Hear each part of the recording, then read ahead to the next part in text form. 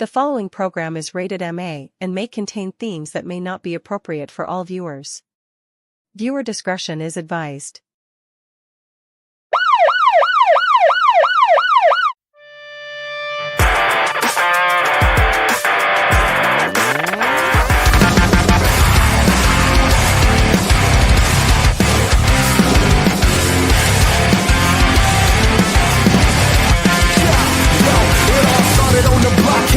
Trendsetters, the school of hard knocks and that attitude ever.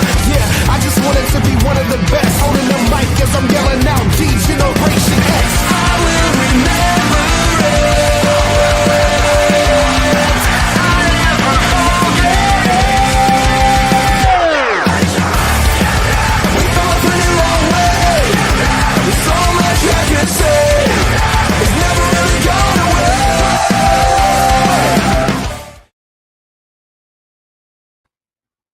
Good, everyone. It is Monday night, and we are here with Monday Night Raw.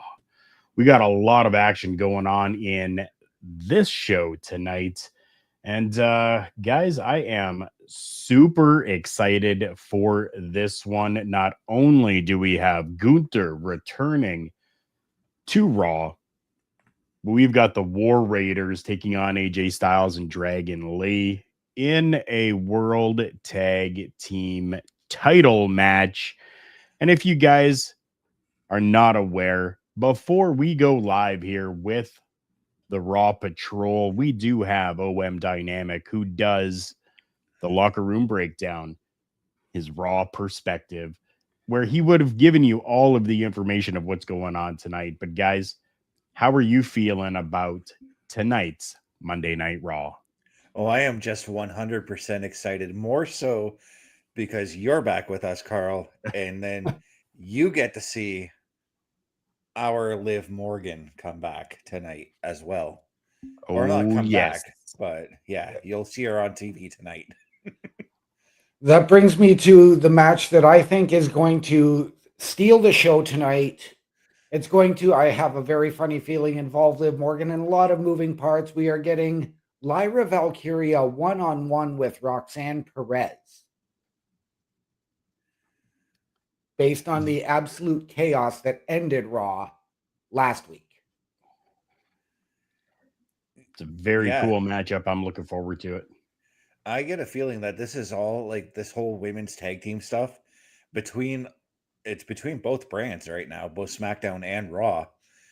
I get a feeling it's leading to a multi-woman ladder match of some kind. Yeah. For the tag team titles.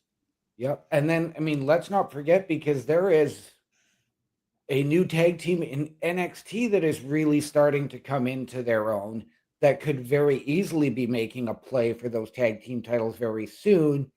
In your Women's Iron Survivor winner, Kendall Gray and Ren Sinclair of the No Quarter Catch Crew. Yeah, that match on Saturday turned me into a total fan of Kendall Gray. It was amazing to see. I mean, somebody coming over from Evolve, being handpicked by John Cena and winning that. My goodness. And winning it with like only 2 seconds left. Yep. It was pretty cool to watch. I will give it that. Yeah. You touched on Gunther returning tonight, Carl. We know that he won the last time is now tournament on Friday night. He will go one-on-one with John Cena this coming Saturday. Yes. That's going to be an amazing matchup too, though. Oh, yeah.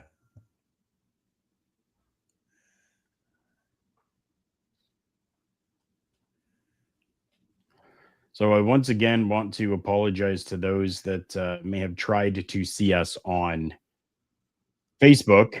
It has malfunctioned again for some reason. I don't understand it. I'm going to have to talk with some people and figure out what is going on with it. But what we can talk about is that we're opening the show with Gunther. Yes. Now, I posed this question on the Locker Room Breakdown. Does John Cena add a date to this farewell tour to come out and go face to face with Gunther? I doubt it. I think that for something like this, they're just going to give Gunther that time, that opportunity before the matchup. We're seeing enough pre-recorded stuff from John Cena. So I think it's very possible that if they need to, they can just pre-record something and then put it out. Yeah, I was going to say, I'm very, very certain that because he did an interview that's supposed to be coming out. I think it was today, if I'm not mistaken. Wouldn't surprise me if they just did a pre-record of him and his match with Gunther that we're going to see later on tonight. Very possible.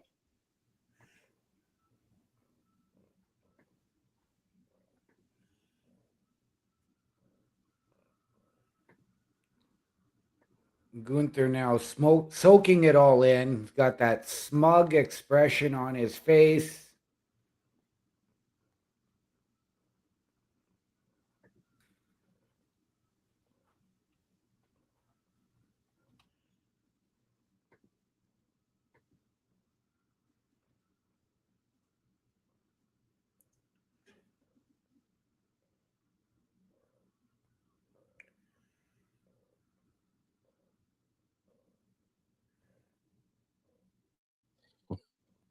Crowd's very behind Cena, obviously.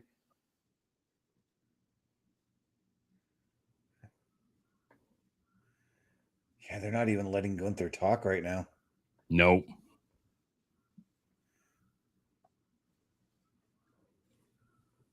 When is the last time we heard a crowd for Cena and no division at all? No, let's go Cena. Cena sucks. Survivor Series. There you go.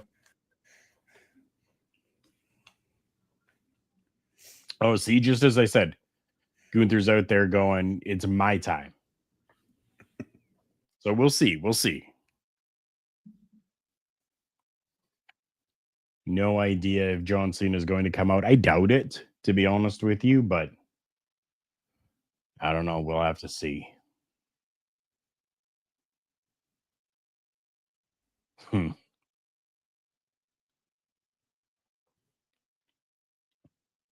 Such an accolade to be able to say.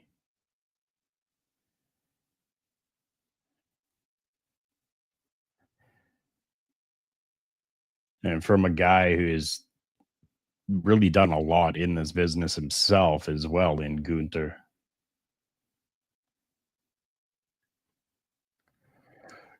Oh, did you catch that?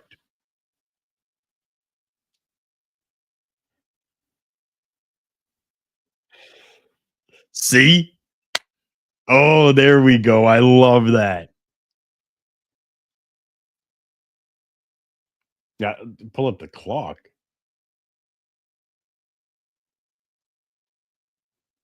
Oh.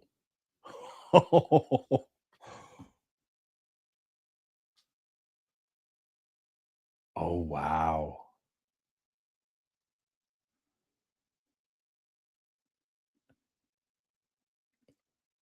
All the stops being pulled out here for sure.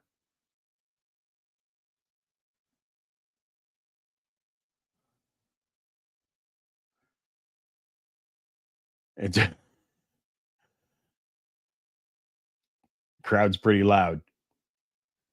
Heard that.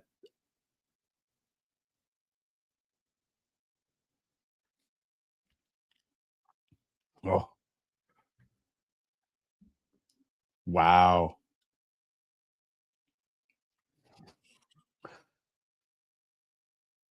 Gunther fired up.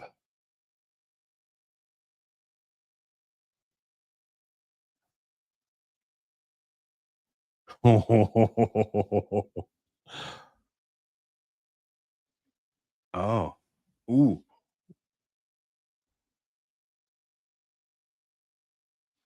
Oh, I love this right now.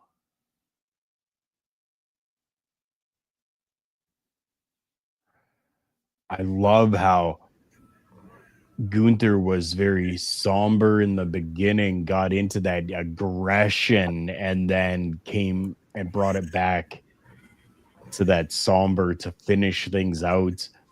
Honestly, that countdown clock looks amazing. I love Yeah. that they added that in. Yeah, and Yeah. I love that Gunther promo. It kind of reminded me of like an old Jake the Snake promo. Jake the Yeah. Snake used to start off, he'd go quiet. Then when he wanted to get his point across, he would bring his voice back up and then end with that exclamation mark, but on a quiet, somber tone. Yeah. Wow, so cool. And look at that. We're only 10 minutes into the show. Yeah. Quick, simple, done. That's all that was needed. Yeah.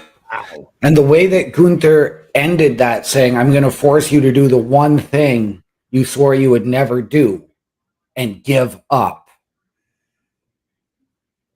Yeah, well, That we got was a match. yeah, fitting We got a, words. yeah, we got a match Yep. tonight that I'm looking forward to again in Rey Mysterio and Finn Balor.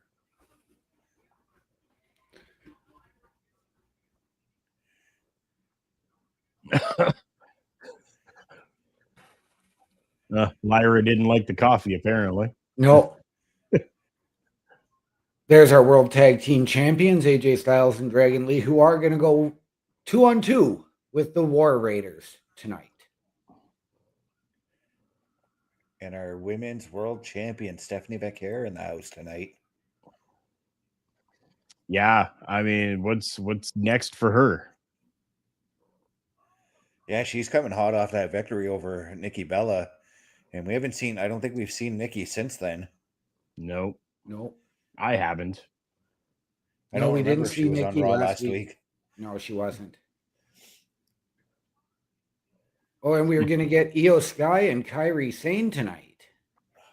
That's going to be a high-flying women's match of just amazingness.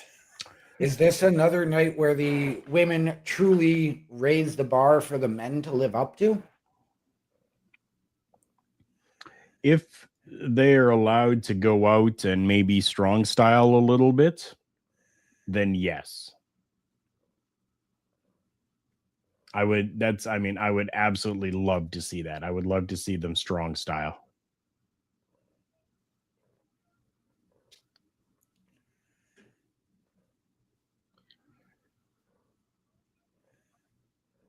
Seeing a lot of replay from. Yes, this was the chaos that ended Raw last week.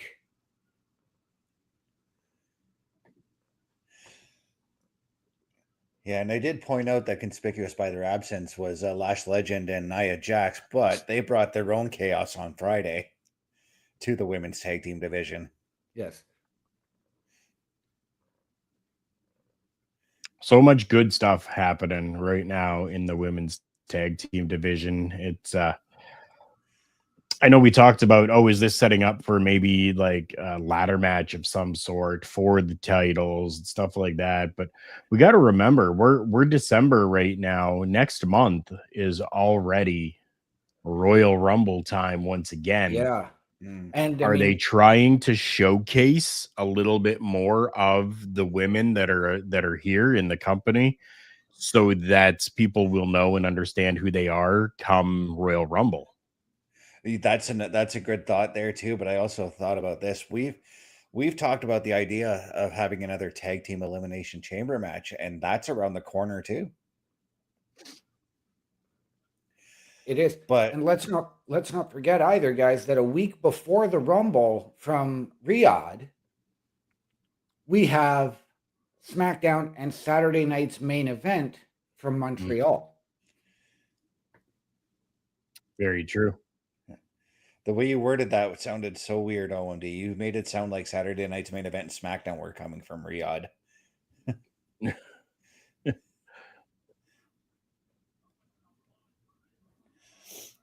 There we go. I was pixelated in my stream of Netflix, so I just had to refresh that. But I'm good now. Screen's telling me we'll be back in 2 minutes and 27 seconds. And right now I've got IYO and Rhea just soaking in the moment with the crowd in the ring here. I mean, what else are you going to do during the commercial? Yeah. True. Yeah, right.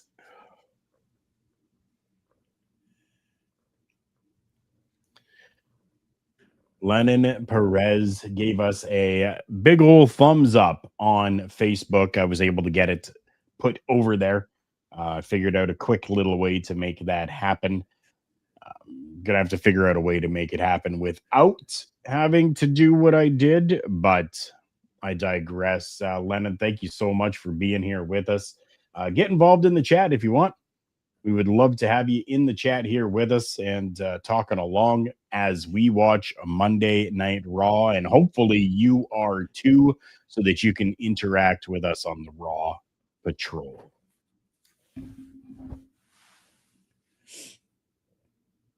It's a pretty cool WrestleMania promos that have been happening as of late. I'm kind of liking this, hoping that they decide to take the ones with the women and do a little bit more with them. I believe we have one with IYO, and IYO's kind of talking, narrating it a little bit.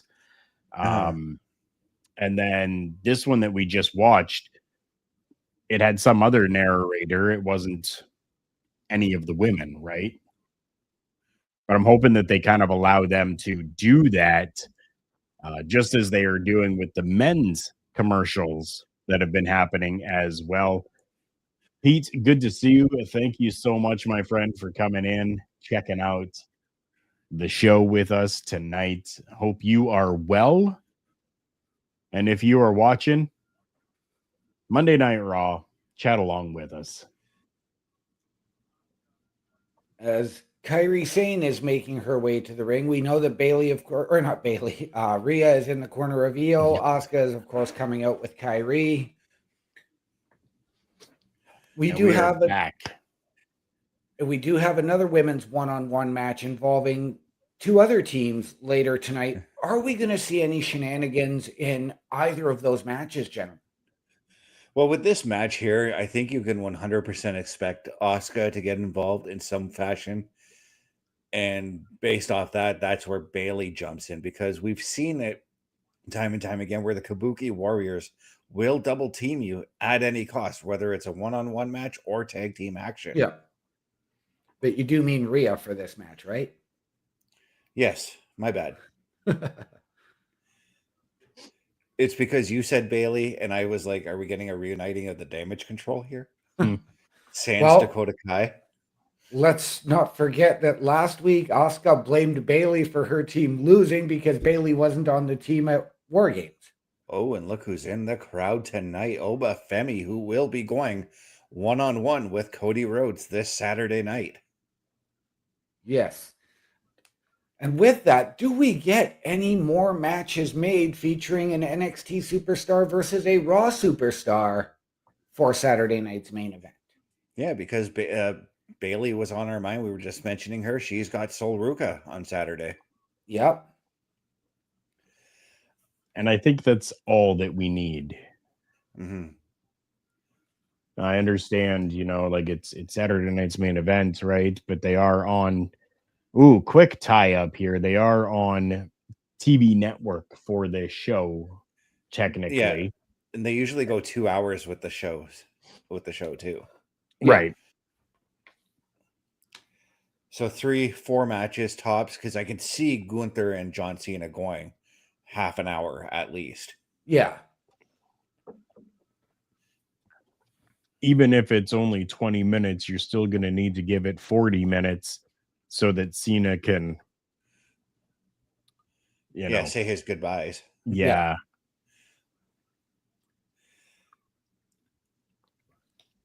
But every time I see these two women go in the ring, I am all for it. Yep.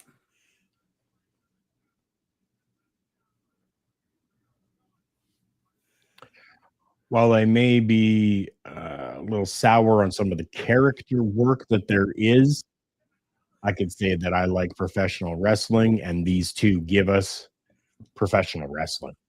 Yeah. Yeah, there is a part of me, like, I do love Asuka. You guys know I'm a huge fan of her, but I do want to see more of the Kana character come out in Asuka. We were seeing that before her injury, and I know that's where Carl referred to her as Oscana because there was a hard time really differentiating between the two. Yeah. And we all know I'm not a huge fan of Asuka. I've been begging for her to retire for quite some time now.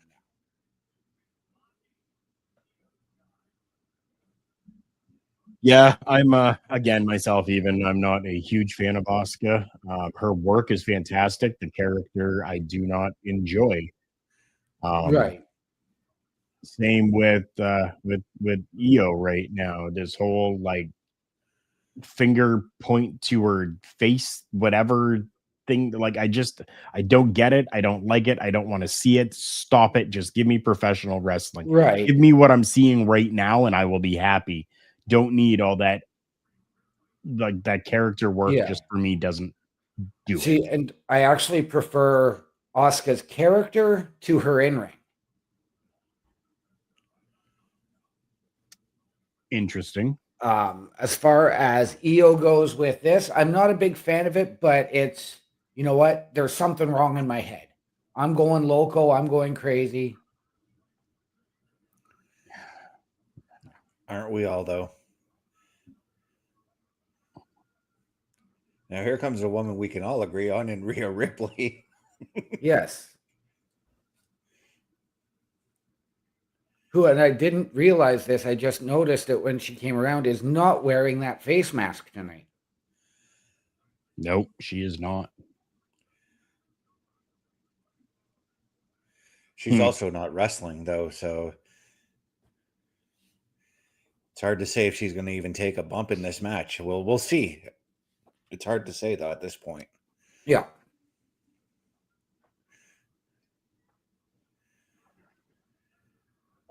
I understand that they're, tag teams together, but how many times are we going to continuously have where the partner is out there and just they get involved? Like, can we not just get a good matchup without all of that extra shenanigan crap? Yeah, I was just going to say there's got to be a point where the referee has to eject both Rhea and Asuka, or at least have Pierce come out and do the Teddy Long and say, we're changing this into a tag team match, playa. Right, but sometimes I don't even want that. I just don't want that there's continuous involvement from the other team members. Be there to be a cheerleader, that's it. Let them have their matchup. Yeah. Or don't go down to the ring. Yeah, no, I'm with you, Carl. I think we're going to see that when we actually get our World Tag Team Championship match tonight with AJ and Dragon versus the War Raiders. You're going to see that as a clean 2-on-2 match. Oh, yeah. I fully expect AJ Lee and Dragon Styles to kick some serious butt in that match tonight. Really? So it's now a 6-person tag match? Yeah, AJ Lee and Dragon Styles. I know what I said. An intergender match? I was purposely saying that, by the way. Because OMD and I have messed up in calling AJ Styles AJ Lee in the past because of his tag team with Dragon Lee now. Yep. But I see digress. Again, what is this like? Why? Like it's I said, the same every week. Like I said, this is a constant between the Kabuki Warriors, and there needs to be due diligence on the referee's part, at least.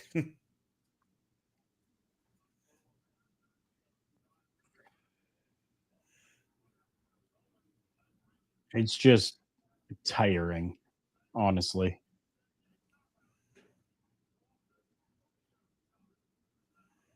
I still gotta say though, like I still like watching Rhea's reactions as a manager at ringside. She's just as golden as she Whoa. was when she was managing Dom. Very much so. You're right. You're right. I enjoy her character work on the outside of the ring. Definitely. Mhm. That was a little scary coming back from this commercial break here. Yeah.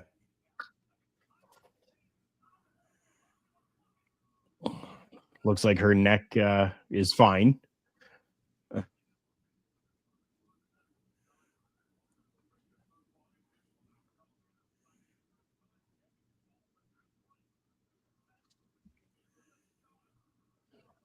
See, that strike there from Io just irks me. I'd rather it be a straight uppercut as opposed to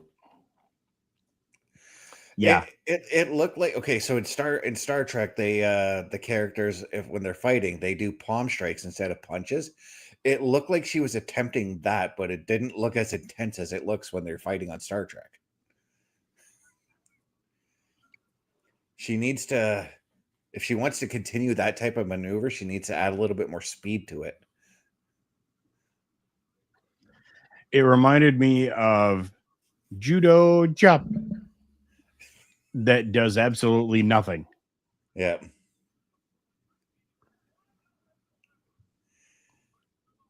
Now that move, the Meteora, that Yeah. does something.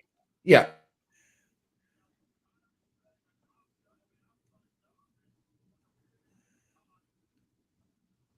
The open hand under or uppercut just kind of looks like it was a failed high five. Yeah.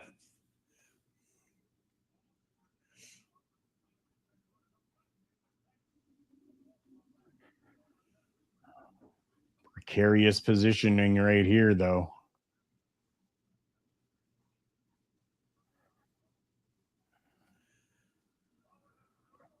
That's sort of a maneuver that does bug me too, is when they prepare themselves on that by grabbing that top rope and then doing that double stomp. I could see I'd be fine with less of that. Yeah. Oh, like the bull that happened at War Games? Yeah. Let's all stand around and look up and wait. Oh, look at how pretty she is. Yeah. Oh, look at oh, she's doing it. Oh, good for you. You putting the trash can over you. Oh, great. Oh, yes. Yes. Not Yeah. only that, but it was her own personalized trash can But yeah, and instead see, of just being a trash can. in those moments, that's where you should have had every one of them brawling, and then you have maybe the baby faces duck out of the way, and then the heels take the hit at the last second. It's all Yeah, about but timing in that moment.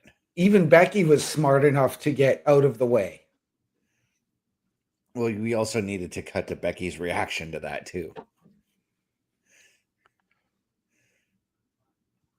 I think the reaction would have been, ooh, okay. The reaction would have been a lot better had maybe a little bit of timing been there instead of everybody standing there and waiting for 45 seconds. Yeah. Yeah, like I said, you have all of the other women brawling. Becky maybe is off in the corner selling. Io's climbing while everybody's brawling. Simple as that. Beautiful looking moonsault.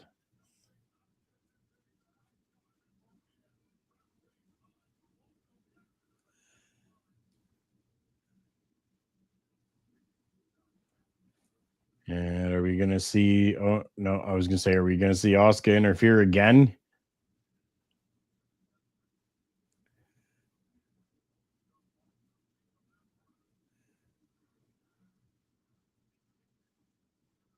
Wade Barrett's microphone is a little off tonight.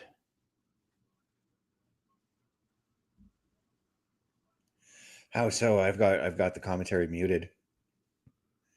It's popping. Oh.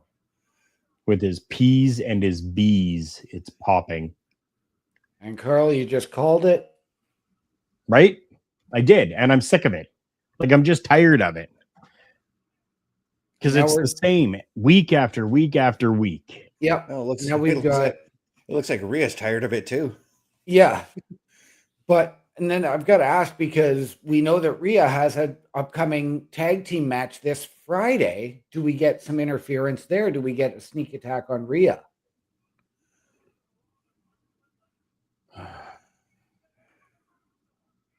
Hope not. I mean, come on.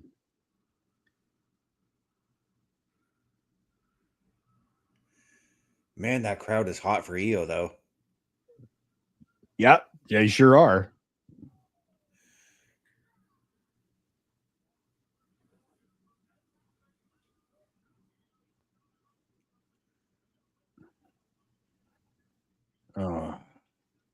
See, unfortunately for me, that story right took away so much of that match for me. Right.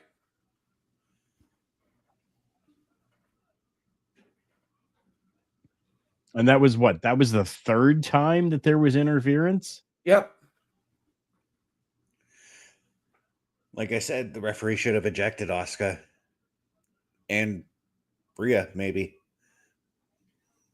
They shouldn't have even been there. Why are we giving the opportunity for it?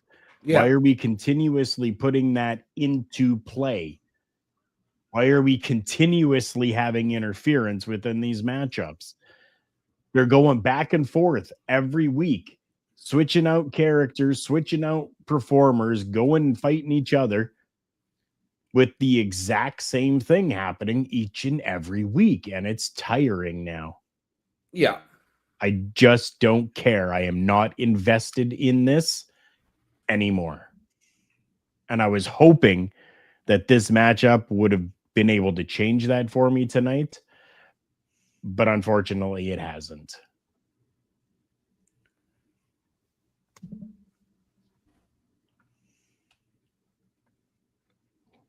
Bobby, I am sorry that you came in and I was kind of ranting there, but it's good to see you, my friend. Thank you for coming in.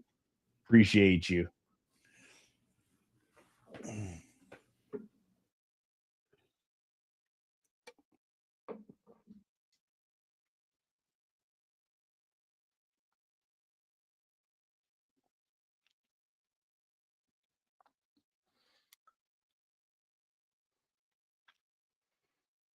Interesting.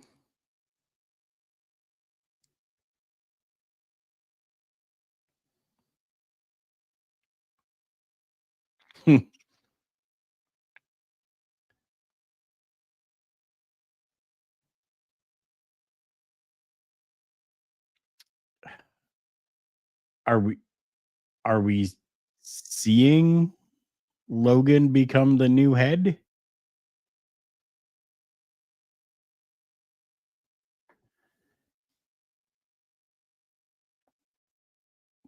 Is Logan Paul going to be the new head of this faction? Is that kind of what we're playing towards right now, or do we think that there might be something a little different that's going to happen where they get tired of this happening?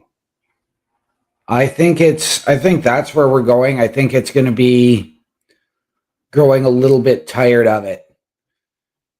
I don't think Logan Paul is going to be the head. I think if anything, he would become the secondary champion, whether it's the Intercontinental or a tag team. Okay.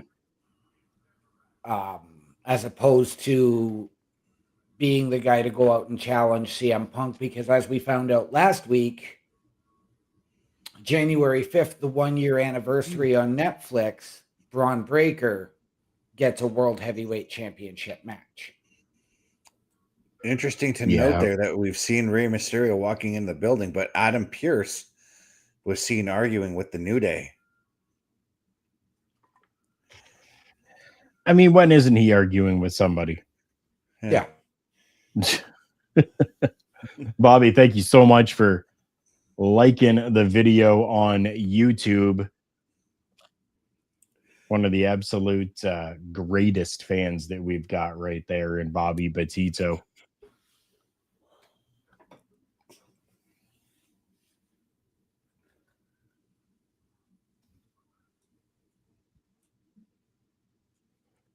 these promos that have been going on have been fantastic, I think, for Cena, with everyone kind of giving their little take and giving their little thing. And especially like this one here, where they're talking about just the hand gesture, right? And, you know, kind of where it came from, the little bit of origin. We get a quick little right here.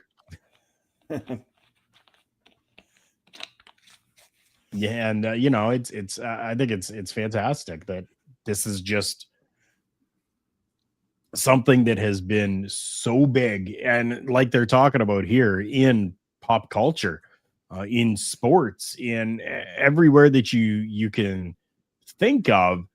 You know, somebody somewhere is going, "You can't see me." I have a friend at work who came from overseas, and he knows that I used to wrestle, and he's not a huge fan of professional wrestling, but anytime he sees me now, he's just like, Carl, right? Because it's just universal. I will admit I used a version of "You Can't See Me" as a taunt when I was a champion in wrestling. I would take my championship and I would do it, the "You Can't See Me" with the title, but I would say, "You can't touch this."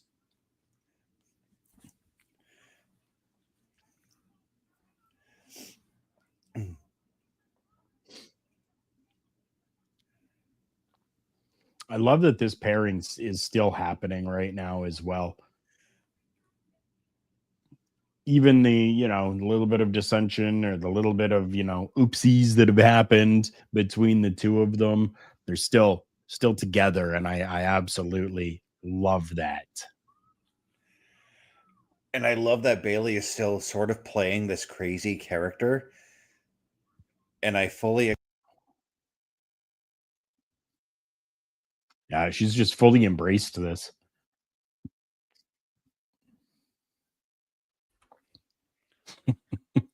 And here we are, 35 minutes into the show. We've had 2 promos and a match.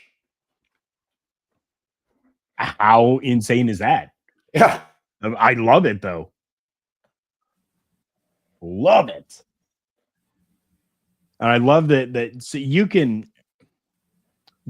really see how much fun Bailey is having.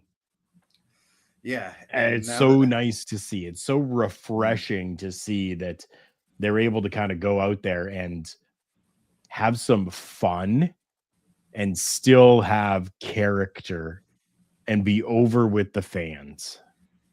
Yeah, and to finish my thought before my cat accidentally unplugged my microphone, I do see Bailey being the one that turns heel, and we're going to see this deep, dark, insane Bailey that we've seen glimpses of before, right? This uniting with Lyra. And honestly, I would be okay with that too, at some point, for sure. Yeah. We got to let it simmer, let it cook a little bit. Yeah. What's going on between these two? Women's tag division is hot right now. Tonight, we're going to see how hot Chris Parrish can be when he makes his run in to the show that is Raw Patrol. Oh, hi, Parrish. See you, I'm dynamic. I'm hot. Well, that's between you and Carl. He's the godfather for a reason, all right? You see that Dr. Pepper? He has taste. I finished a Dr. Pepper on the locker room breakdown. Oh, he has too. That doesn't count. This is the Raw Patrol. Yeah. No, your show does count. Yes, your show does count. Whoa! Yeah, I kind of expected this to happen. Bobby, I would love to see Bailey as champ again as well. FYI. Yes. Oh, I thought Logan Paul was going to come out during the match. Yeah, so did I. I love it. Kind of glad it didn't happen, because now we can tease towards a Ray and Finn match somewhere on another show. Yeah. Holy crap. This is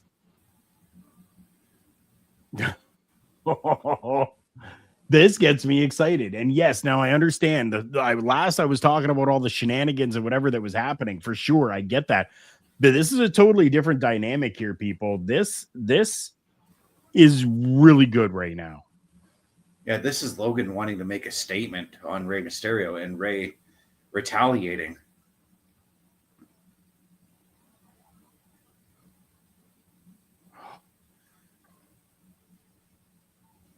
He must, Rey Mysterio must be quite warm. I mean, wearing that sweater and, kind of wrestling as well. See, I told you, he was warm. He had to take that sweater right off. But there's that masked man again. Oh. That's giving me Randy Orton vibes right there.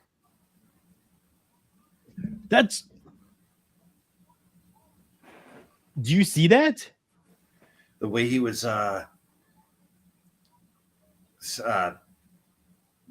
stalking the way Ray that he got in there, the way that he was standing in the corner there, the way that he did that stomp, the way that he left. Interesting. Again, we still have really no idea who it is, but that's who I got. Way too small to be Randy Orton, though. Yeah, this was a discussion that we actually had last week on Turnbuckle Talk as to who it could be when it comes to the final reveal. But yes, I know, because I said that I would love for it to be somebody just doing the work and then it be Chris Jericho afterwards. And now we got LA Knight coming out. Yeah, we do.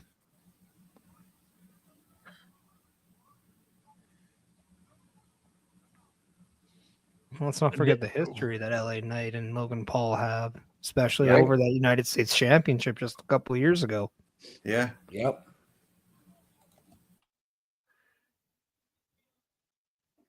Wow. Chaos.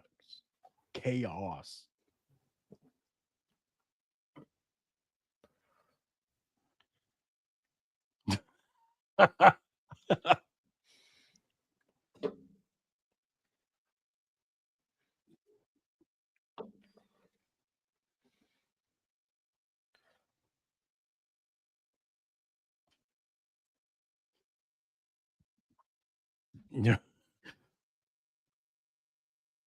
Can't tell.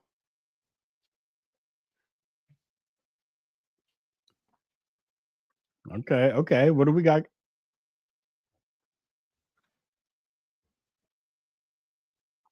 Oh.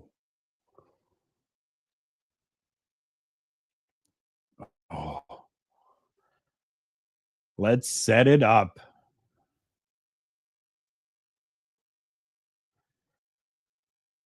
Oh.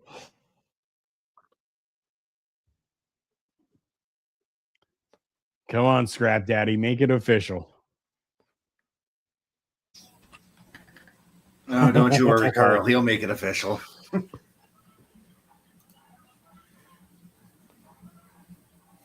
Oh, I'm all for that matchup. I mean, we got the time now. Yeah. Considering, we don't have this matchup that's happened, LA Knight helping Rey Mysterio to the back now. And I mean, if you are somebody who loves making content or helping others, you can help us as well. At Turnbuckle Affiliation, Rogram is looking for more people. If you have passion level for pro wrestling, sports, video skims, or something else, then Turnbuckle Studios is the place to be.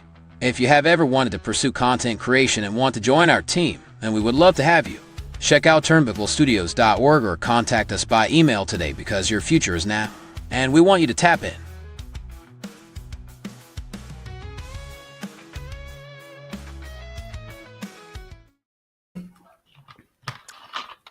And that's right. If you are interested in doing anything within content creation, whether it's writing, whether it's assisting, whether it's graphic creation, anything that you think that you could do to be part of the Turnbuckle affiliation program and Turnbuckle Studios, easy enough for you. Just go to turnbucklestudios.org/join, and you can send us a message there, and we can get back with you and chat a little bit about how we can help each other. Oh, during this commercial break, we're getting an entrance. Looks like our next matchup is going to be for the tag team titles as the War Raiders are making their way to the ring. And it has been a while since we've seen the War Raiders on TV. On Raw. But again, this match coming about as AJ Styles and Dragon Lee said, we want to defend our titles against a worthy team, and they offered the title shot to the War Raiders. Right. I'm happy with it.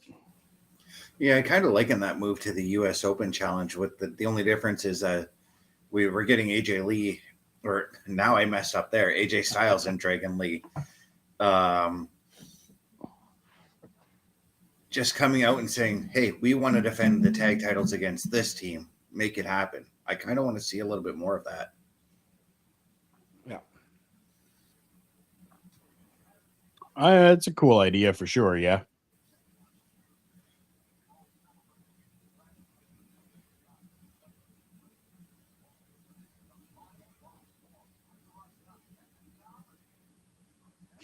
Oh, yeah, that's a story that we're going to be talking about tomorrow on Turnbuckle Talk. very cool.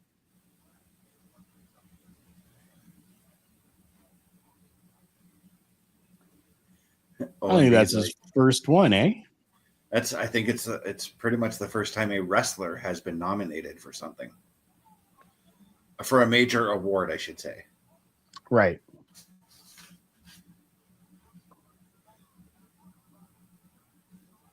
Bobby, I agree. It is great to see the War Raiders again.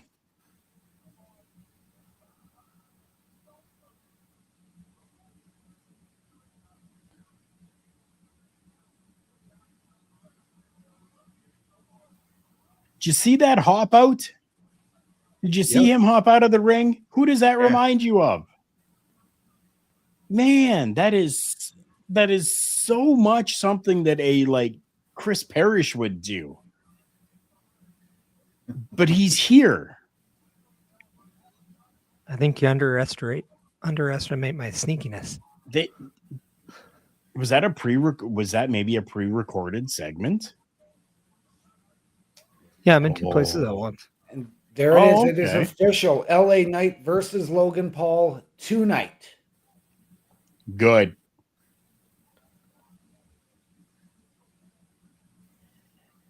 Good. I am okay with that.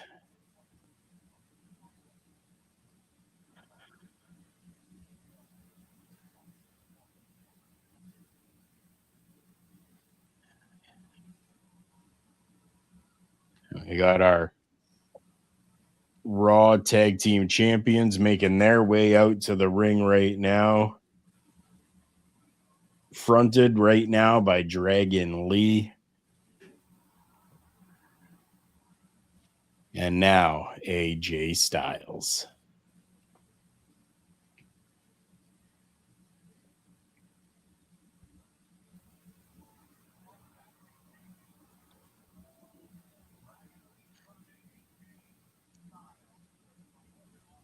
I like the dynamic that these two have. Again, we've talked before about just throwing people together. But this one, I like this. I like this pairing. Yeah.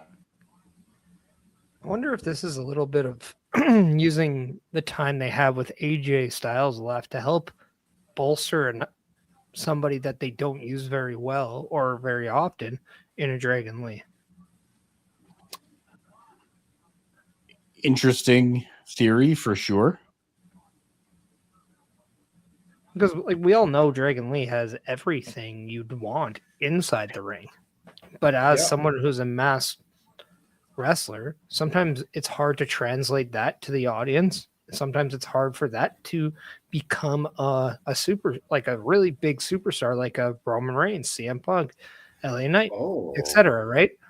Yeah. So maybe they are using AJ Styles to help associate Dragon Lee more to the hearts of the fans. And what a match we've just got announced for Saturday night. AJ Styles and Dragon Lee against Javon Evans and Leon Slater. Wow. So you asked what other main roster superstars. I guess you got it now. I did. I love it.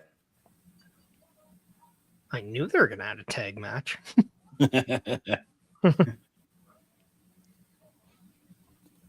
Hey, I said add a tag match. I don't know. I didn't know which tag teams you would go with because there was a lot of different options to go with. I'm very happy with the like pageantry that they have and that they have been continuing to do right now for just a regular match. You know, you really don't need the introductions inside of the ring.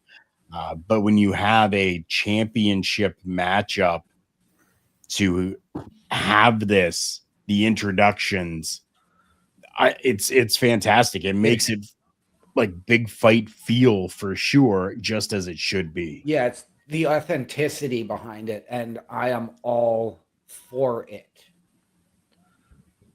Yeah, it's definitely taken a page out of the USC's book when they have the big main event matches, and those have like the longer entrances where they're all in the cage, and they've decided to do that, but in a wrestling form for the title matches, because the title matches are normally more important than other matches. Yeah. Right.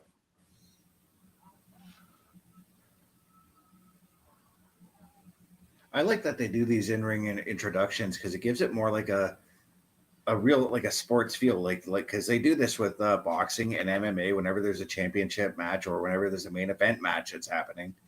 Yep. They always do the introductions when the competitors are inside the ring or the octagon. Yeah. Bobby, Leon Slater's actually been getting a lot of good things on NXT lately. So it's very, very cool to see that. Leon Slater's performance this past Saturday inside the Iron Survivor match was just incredible. Oh, yeah. And that's what I'm happy about, is to see some TNA representation on what is typically a main roster show. I'm kind of happy to see that. I mean, not only just TNA, but for NXT to have that involvement as well is beautiful. Yeah. And, I mean, we touched on it earlier. Now you look at all of the crossover involved. We've got Kendall Gray from Evolve, who won the women's Iron Survivor. You've had, Joe Hendry just signed from TNA to WWE. You've just had Leon Slater put on that performance in Iron Survivor. OMD, I want to ask you a question. What crossover is there from Evolve and NXT since WWE owns Evolve?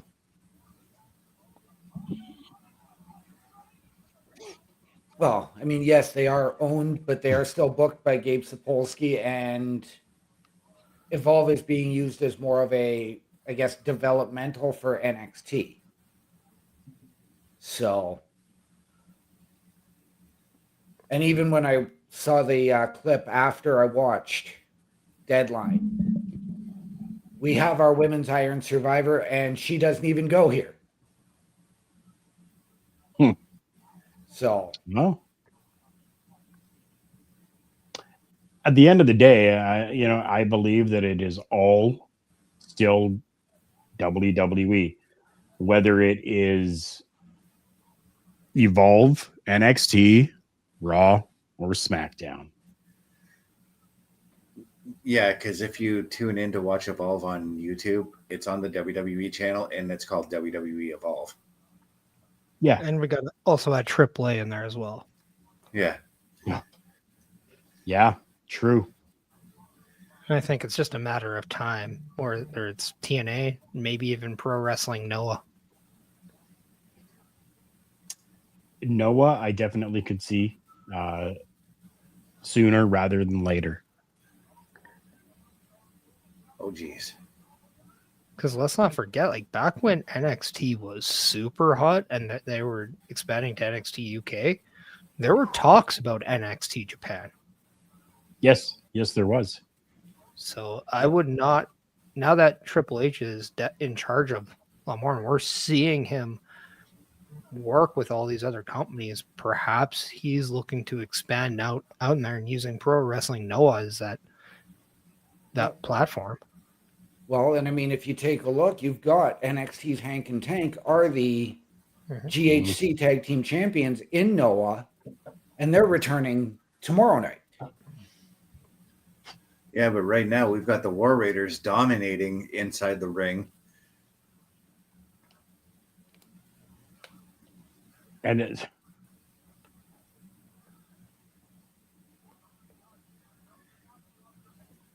this is such a fantastic matchup that's happening here right now. Oh, yeah. Being ruined because New Day has to be down there. I get it, but I hate it. I don't need to see the New Day anymore. I'm tired of it. And I know that they've got this thing going on, right? I understand. I get that. But you're taking away from this matchup now. It's complete BS that the New Day are there. We don't need them on commentary. They had their shot last week. And, you know, we talked about this last week. I talked about it earlier tonight. This heel run has fallen flat for me. And what is WWE doing with Grayson Waller? They are literally wasting him in this. Why? He's on TV every week. Yeah. He's involved in something. He's wasting in one him of would the be like in catering every week.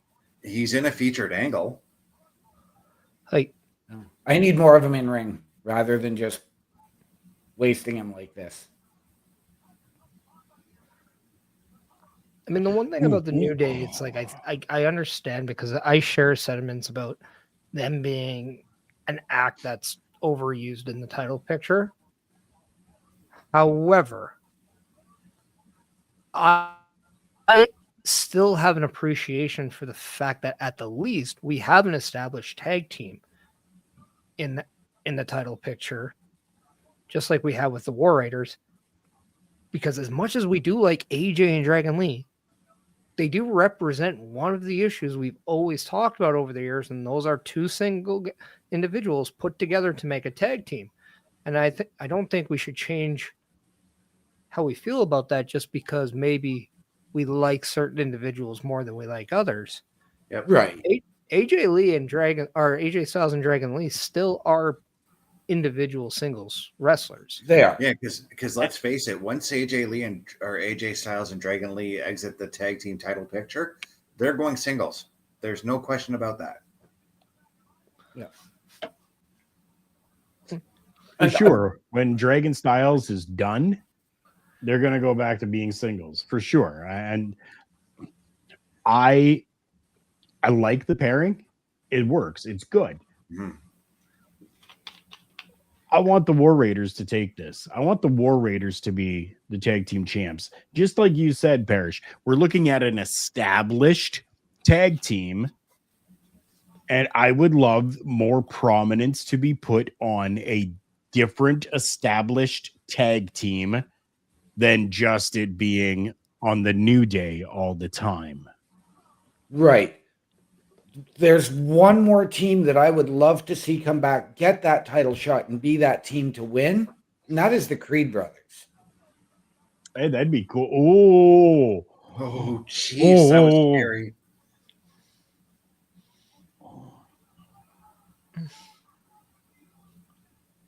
I mean, credit to Dragon Lee for still trying it, though.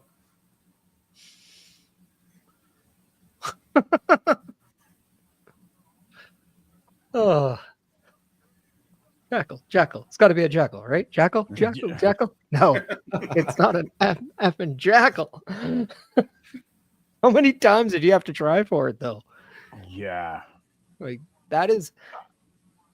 Here's an advice, younger wrestlers. If something doesn't work, stop going for it and just go to something else. Yeah. Adapt, change. That's it. Oh. And the one thing I do like about Grayson Waller with the New Day is that you do have an act that still has a lot of growth to go in Grayson Waller, and you put him with a very established act. And even if maybe New Day aren't the most hottest of tag teams when it comes to being cheered or booed nowadays, there's still knowledge and so much advice that he can learn from just being a better professional wrestler and professional there. Yeah. Yeah, I agree. Yeah, that's the one thing I do like about the Grayson Waller pairing is, because he is still sort of a rookie, at least compared to how long Grayson Waller, Kofi Kingston, and Xavier Woods have been in the WWE. I mean, because we're looking at almost 17 years for the two of them since they've been in the WWE. So by putting somebody like Grayson Waller with the New Day, smart move, because now you can mold Grayson Waller into the star you want to be by putting him with these experienced wrestlers. And New Day, we got to still remember, New Day was his reason to leaving Austin Theory. Yeah. But like, I would not be upset if we got more of a single stuff with Grayson Waller now that Xavier Woods and Kofi Kingston are kind of back doing the tag stuff. But at the same time, I kind of look at the Raw landscape and like, what do you do with him? And what are you taking off of our screen right now? Because there's always that give and take when it comes to, okay, if we add somebody back in, what are we taking out?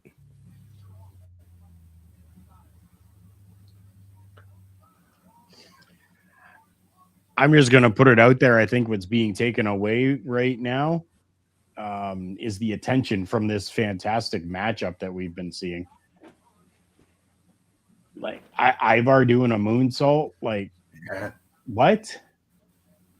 Still not getting the victory. Yeah, and this is what leads me to believe that AJ Styles and Dragon Lee chose the War Raiders because they knew that they were going to get a competitive match out of them.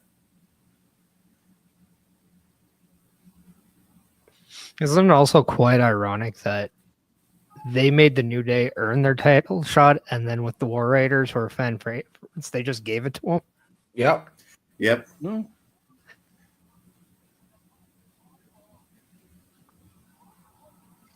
Wow. Oh, AJ's looking for the phenomenal forearm. That's what I want to see out of Dragon Lee. More in his wheelhouse, not this trying to be a guy squatting 400 pounds. Yeah, I agree.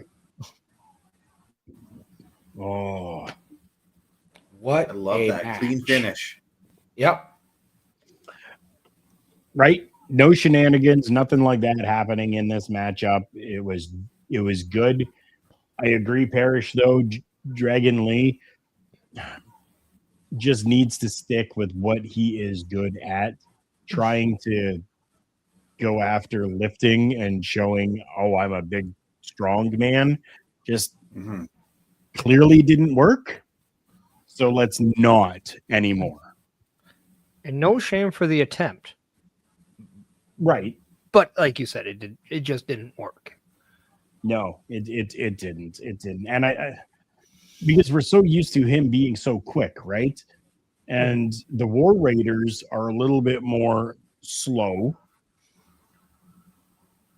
And here we have another established tag team Are they both of them? Yep. Oh, it is Both both of them. of I them. thought I only saw Jay coming out at first. See, now this puts a little bit more into that as well. I love being able to see this, right? Do I still feel that I would have liked to have seen the War Raiders win tonight? Yes. Yes, I would have. But this involving now the Usos. Okay. Okay. Run that ish back. Okay. And that's exactly what we're kind of doing, because how many times have we seen the New Day and the Usos fight each other? And I'm going to kind of sit here and say it's just a matter of time before Finn and JD get involved. Because let's not forget, it was just last week where they said Judgment Day plans on taking back the control of Monday Night Raw. Yep. Yeah. But And maybe they this also is said what they you do wanted to their build. titles back. Yeah, this is what you do to build that Raw tag team division, though. The tag team division is already really good. Honestly, I mean, to be very, very honest with you, tag team wrestling maybe is not as hot as it could be, but it is still pretty damn hot right now. Not just because of what we're seeing on our screens right now, but because it is. It just is. This is so good to see. And you talk about JD and Balor. Now, again, guys that were just kind of thrown together with things, but they've been together so long now that you believe that they are a tag team. I mean, they were put together, but let's not go out that they have been associated with each other for JD McDonough's entire career, as Finn Balor did train the man that used to be called Jordan Devlin, now JD McDonough. Right.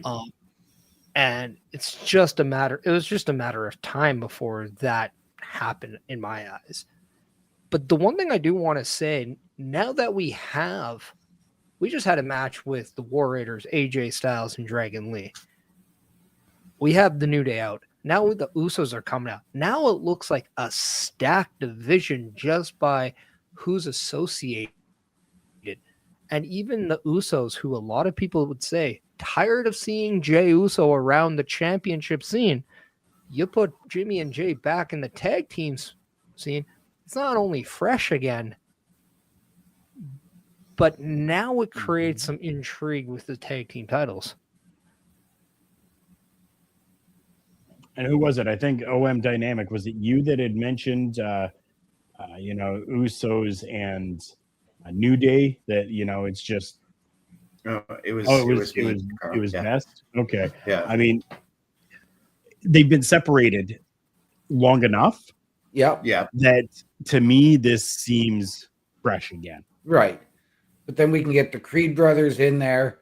Let's not forget Los Americanos. Right.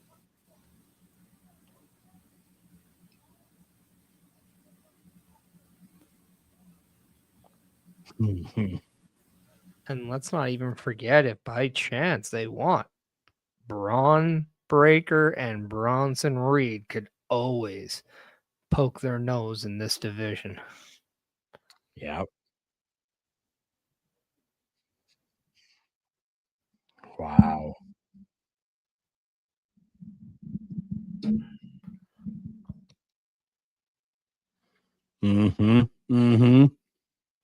What we doing, Oos?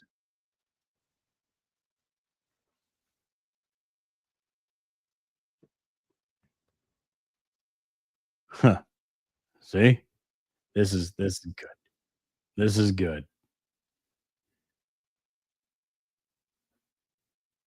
Making it official. The Usos back in the tag division.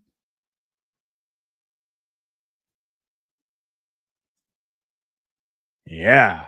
Wow.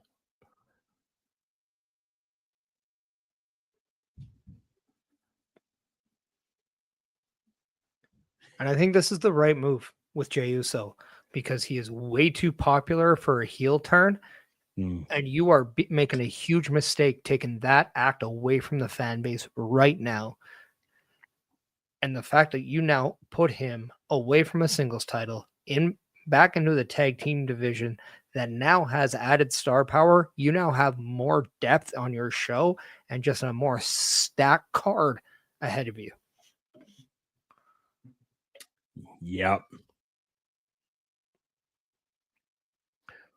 Oh.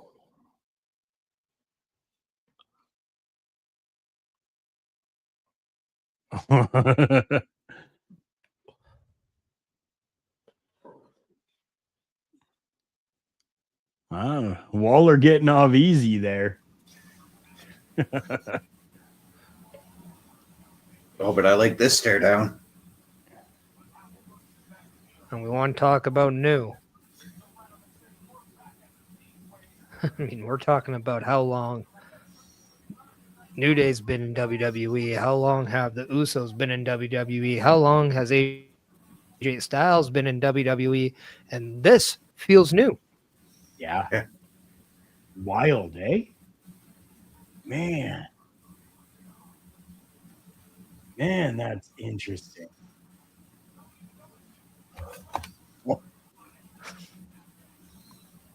Oh, we are back in Riyadh season. Yeah, with the Royal Rumble taking place in Riyadh. January 31, which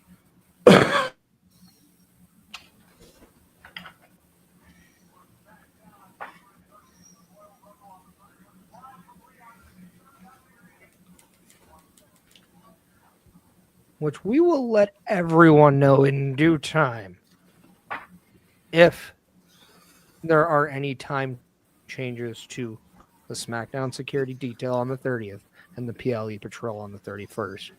Mm-hmm. The show's well happen. It's just time to be determined. Yes. Time to be decided, let's say. Yeah. Yes. Coming up next, we will hear from our Women's World Heavyweight Champion, Stephanie Vaquer. Mm-hmm. And you have to think, after last week's encounter backstage, Liv Morgan is listening very closely.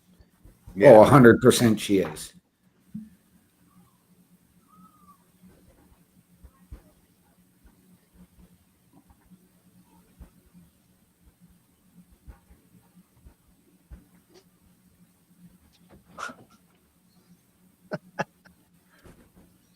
Bobby, you're right.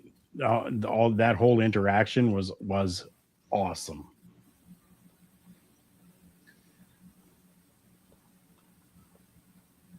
Wow.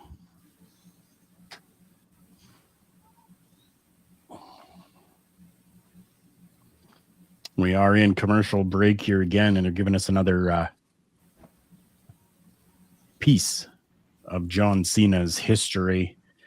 We are like 4.5 days away now from that final matchup, from the final time that we will see John Cena perform in a professional wrestling ring.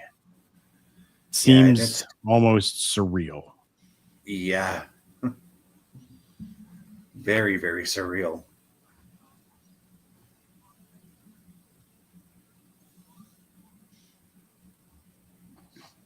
Yeah.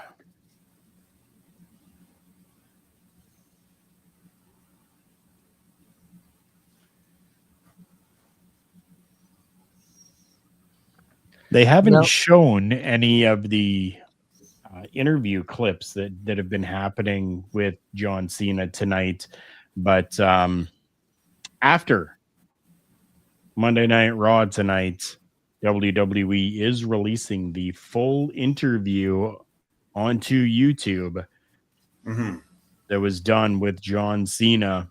I am personally looking forward to it. I think it's going to be fantastic. Oh, absolutely, it will be. Yeah, it's definitely going to be something. It's going to be something I'm going to listen to while I'm on my travels tomorrow.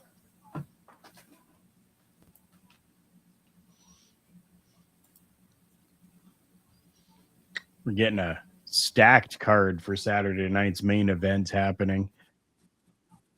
And this one, Cody versus Obafemi. This is very, very intriguing. You got the best in WWE. Well, you have champion within the WWE taking on a new two-time champion in NXT. And those two worlds colliding. I think it's going to be glorious.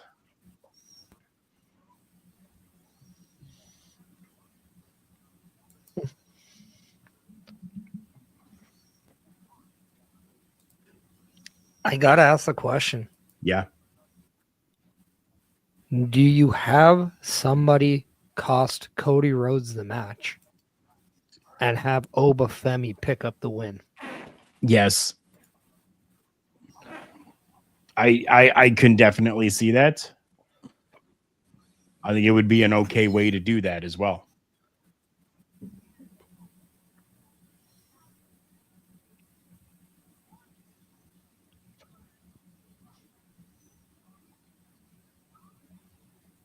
Bobby coming in and suggesting have it be Drew. I don't think you need to go there. I think you can have Cody still look strong and take a clean loss to Oba, because I do think that Oba is going to be coming up a lot sooner. I was actually anticipating what are they going to do with Ricky Saints for Saturday night's main event. Well, I don't think he'll have a match. No, I don't either now, but he very well could be the guy to get involved in that match as well. That's what I was thinking. We did see the look that he had after he lost. He was very upset and bothered with the fact that he lost that championship. He did ultimately stick out his hand and shake the hand of Obafemi, but those two are now one and one in terms of singles matches for the NXT championship. So that is far from over in my eyes. But then you also have to look at the fact that Cody and Ricky Saints have been friends for a very long time. Does that come into play at all if that was to happen? And on the other side, too, you have to look at this, too. And I know he's going to be in tag team action earlier in the show. But Javon Evans is also an X factor in this situation, too, considering he's got the #1 contendership against Obafemi at New Year's Evil.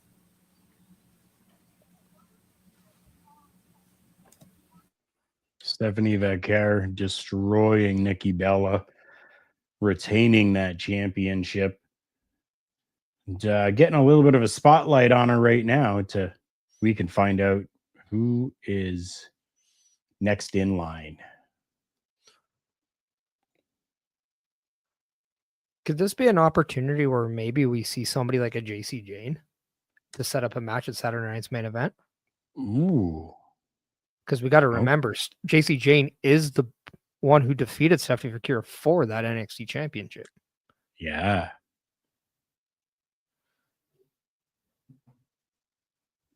Okay. I would be okay with that, to be honest.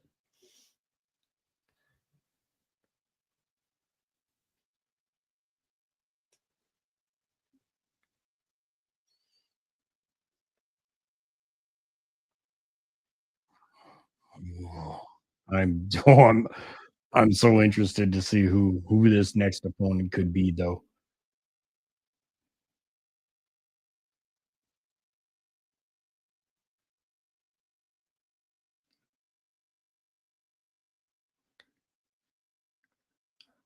I mean, great that she's giving props to Nikki, mentioning all these other names.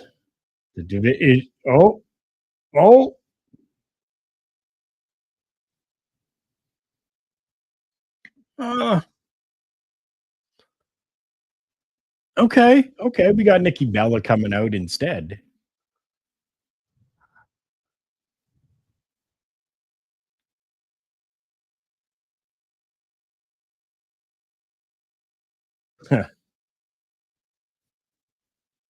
I mean, this is the one time I will say they have Taylor Swift. They're just fine.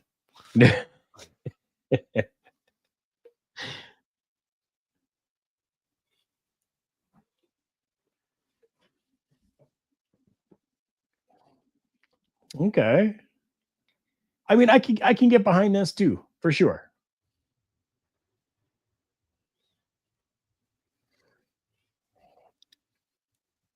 I mean, oh, oh, I like this. Raquel just gonna say, Rodriguez lawn darted her. I was just going to say, I went from not liking the segment to loving the segment. Because I feel like with the Nikki Bella thing, it should have been a one and done kind of situation. But Look at the shirt. I like this. Mm-hmm.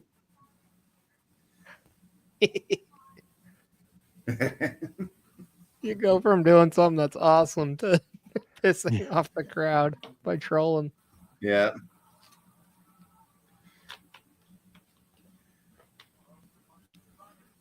Wow. I'm happy with this too. Oh, yes, I am. Yeah, that was certainly not where I was expecting this to go, but I love the misdirection. Oh.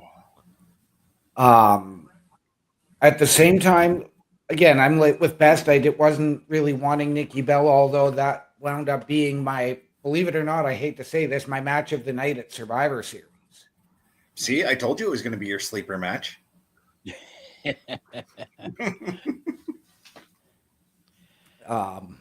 I know that's pretty bad to say for a Nikki Bella match. Right. Oh, trust me, I fell asleep during it too, so you're okay. I mean, if we're talking about sleepers, I guess, you know, one thing that you could do is actually go to sleep while wearing some merchandise from your favorite shows within Turnbuckle Studios. You don't know how to get those? Now you do. The Turnbuckle Studios store is open for you 24 hours a day, 7 days a week. Get the merch and represent the best from the shows you watch on a weekly basis. Multiple styles to choose from with over 10 products available. Don't get left out and pick up all your favorites today. Find us at carlcarafell.redbubble.com. Or an even easier way for you, just check out turnbucklestudios.org. That's turnbucklestudios.org. I am loving what I'm seeing in that shop, on that website, and on my TV right now. This new look that Ivy Nile has, where she's just letting her hair flow beautifully like that, I am all for it. Let's not forget that Ivy Nile does have a future opportunity at the WWE Women's Intercontinental Championship, which was granted by Adam Pearce just last week. Yes. And let's not forget the new looks that the Creed brothers are now rocking as well. Anybody else getting Night at the Roxbury vibes with them right now? Yes. Okay. Yes.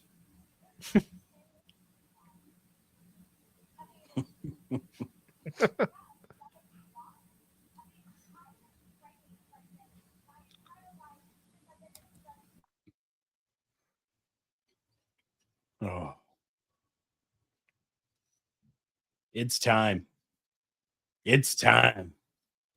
It's Ivy time. Come on.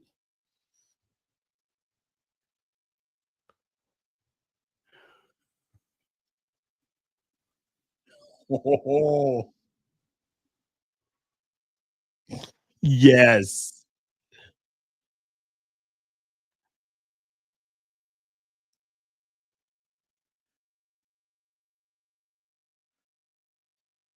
Strong words from Ivy Nile for sure.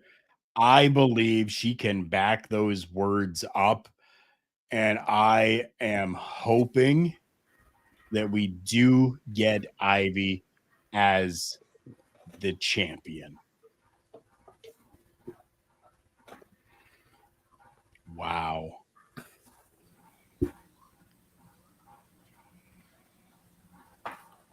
Don't get me wrong. I think Maxine as the champ as well right now is really cool. It's been something that we've been kind of vying for a long while. Yep. I love that, right? But I'm honestly a bigger fan of Ivy Nile than I am of Maxine Dupree.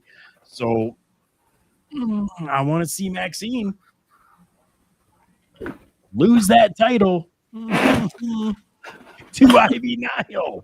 I understand where you're coming from, Carl, but Maxine is the most improved wrestler in the women's division since Liv Morgan.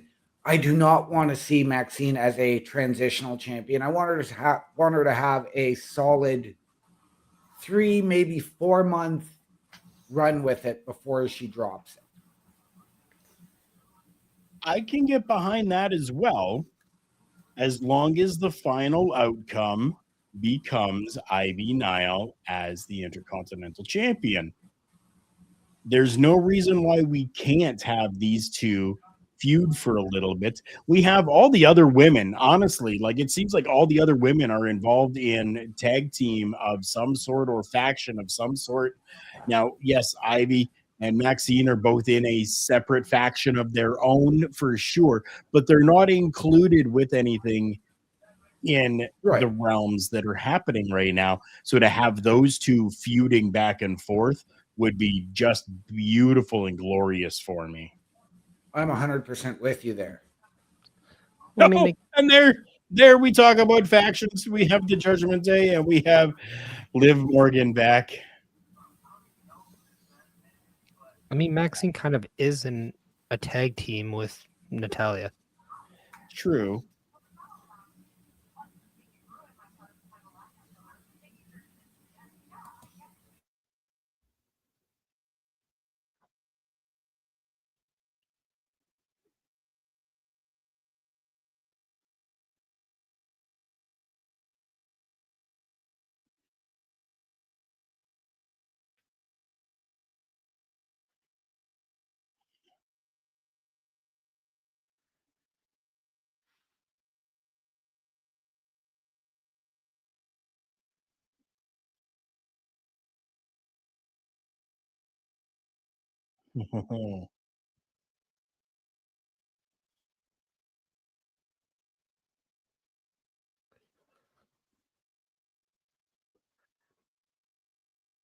Okay. Okay.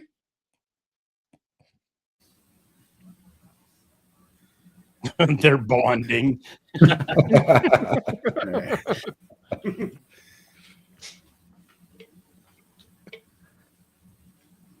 Yeah. Now, I had an interesting idea about how it could go if there was ever an internal split with the Judgment Day. Okay. You can do a triple threat mixed tag match. Yep.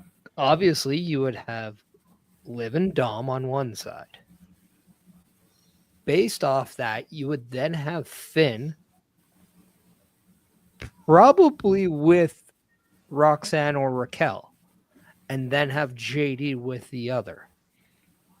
I would go with Finn and Roxanne because it was Finn's call to bring her into the Judgment Day and make her that member. Wasn't it Carlitos? No.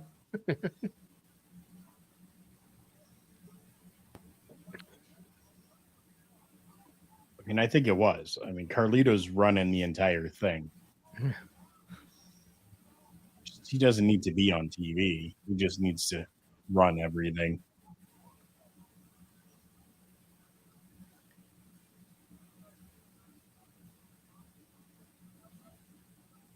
Sol Ruka, again, it was another one that put on an amazing performance. It was great to see. Yeah, and that's why I'm so looking forward to her and Bailey on Saturday. I got a feeling that that's going to be the match of the night outside of John Cena and Gunther. Right. And that women's Iron Survivor match had me literally on the edge of my seat. When it came down to 2 and 2 and 2 and 2 and 2, I'm like, whoa, right? Like just the best thing about those matches, and Parrish and I pointed this out for us, it was hard for us to call like what was going on and what we were seeing, because every which way there was somebody fighting somebody in that match. yeah. Yeah, the one thing about those Iron Survivor matches, it's kind of like what we always said what was wrong about the Royal Rumble matches, because we always would see people on the outside or not even on the apron, and they're there for multiple minutes, and you don't necessarily have to do that. You also mix in with the fact that with the triple threat idea, you'd always see somebody get thrown out of the ring while the other two individuals go at it. Well, this time you could do the same thing, but those other people could also do something outside to keep themselves occupied. And because of that, you're adding to the match. But we all know with the Iron Survivor, all the pinfalls, all the decisions need to be inside the ring. So if you're in that match, you don't want other people getting pinfalls, because those points are so hard to come by. And when they do, they just showcase how important they are, as we saw 3 and 2 being the winning numbers in just Saturday's Iron Survivor matches. Yeah.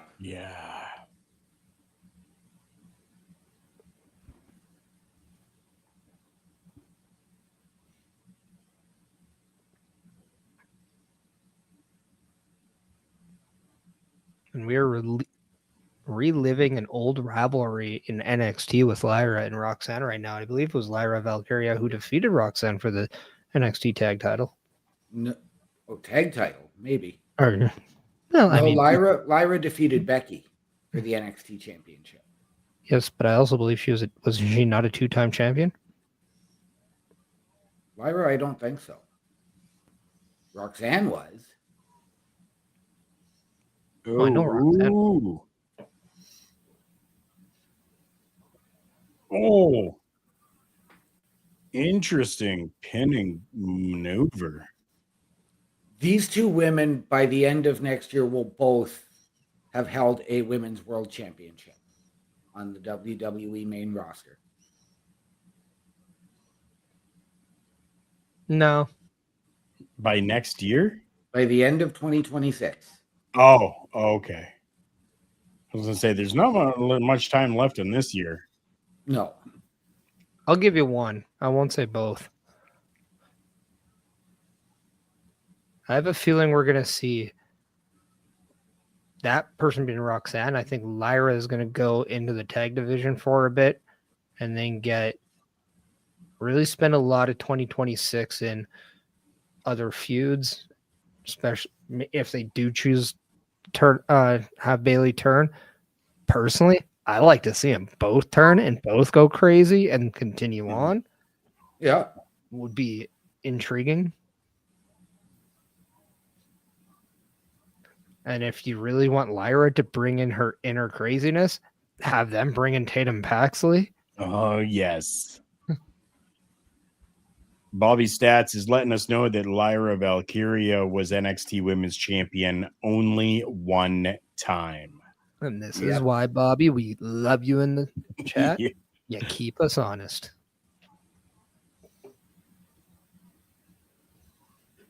Bringing Tatum Paxley into that mix, I think would be fantastic, as long as they do not continue with the same way that it's been going in NXT.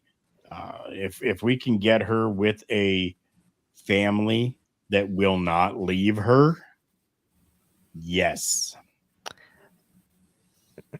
Ultimately, it's going to happen at some point, but it just seems like it's a quick, continuous, all the time with Tatum Paxley.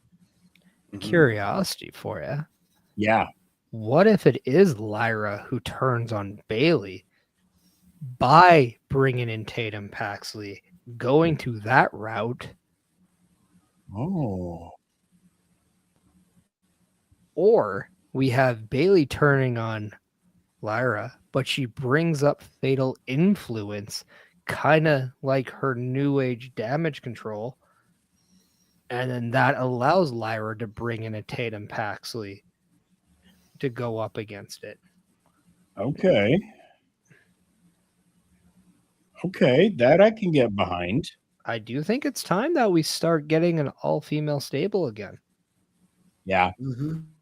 And why can't we kind of put the pieces in for maybe next year's War Games if you're doing it again, and it's a little bit more natural and organic instead of forced this time? True.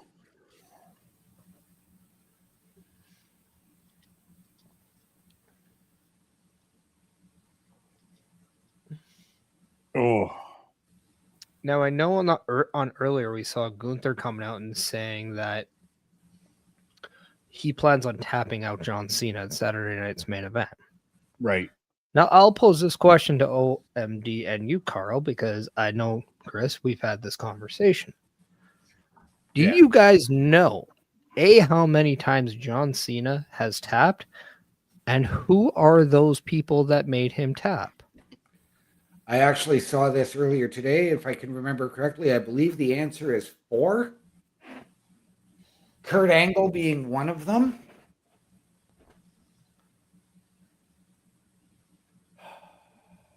Carl, we'll go to you since OMD is in thinking mode. I honestly do not know the answer. When you were asking, I had immediately thought 2, with one being Kurt Angle for sure. But then the name Brock Lesnar comes to mind, which I can't remember if that was something that happened or not. But that's what I'm going to go with. 2, Kurt Angle and Brock Lesnar. Well, you both are right with Kurt Angle. He is the only one who has tapped out John Cena twice. And those are 2 of OMD's correct 4. The other 2 happen to share the same name as the bottom screen, as one is Chris Jericho and Chris Benoit. Oh, interesting.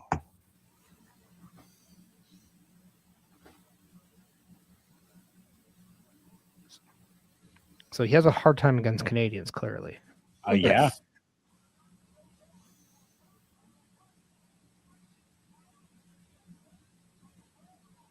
And I believe the one that you were thinking of with Brock Lesnar was actually a TKO stoppage.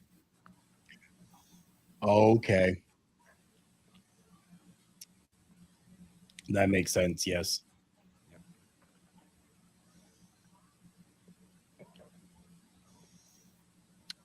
I will say, to your point, OMD or OM Dynamic, I would love if this was either the finals or a featured match in the women's 2026 Queen of the Ring tournament. Okay. And I would love to see at SummerSlam kind of be their organic way of introducing them into that division, because I would love to see Roxanne Perez as Women's Intercontinental Champion at some point in 2026. Right. I know on Friday on the security detail, I actually gave you my Raw and SmackDown picks for the Women's Royal Rumble. And I didn't even factor these 2 into it. I had Tiffany Stratton for SmackDown and Liv Morgan to win the Royal Rumble for Raw.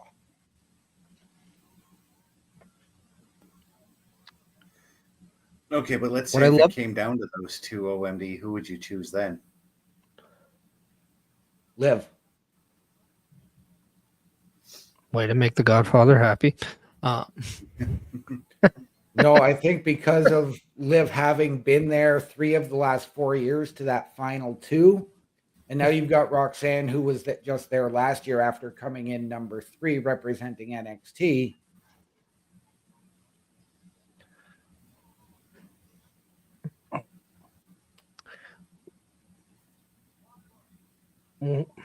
What I love about watching Lyra Valkyria matches is just how much importance she puts in the little details.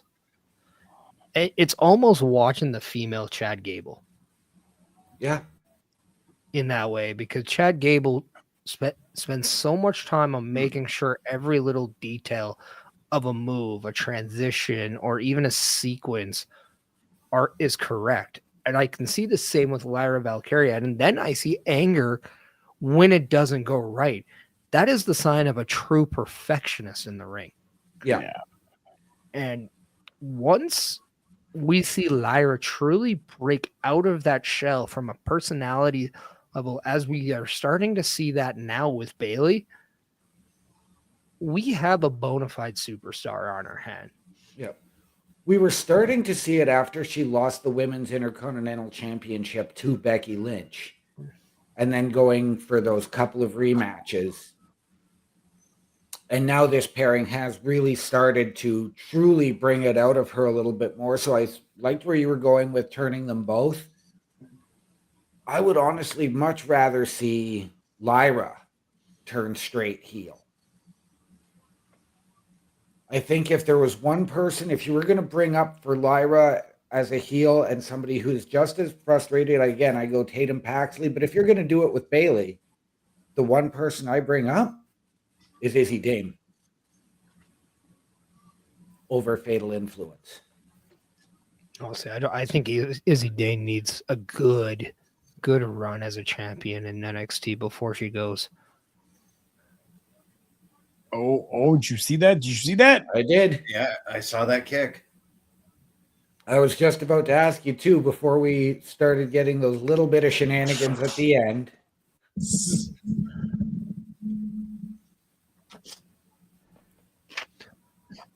Liv see, in just this showing case- her importance being Yep. out there. In this case, compared to the previous women's match, they didn't overdo it on the shenanigans in this one. No, they didn't. Right. And the shenanigans in this one worked.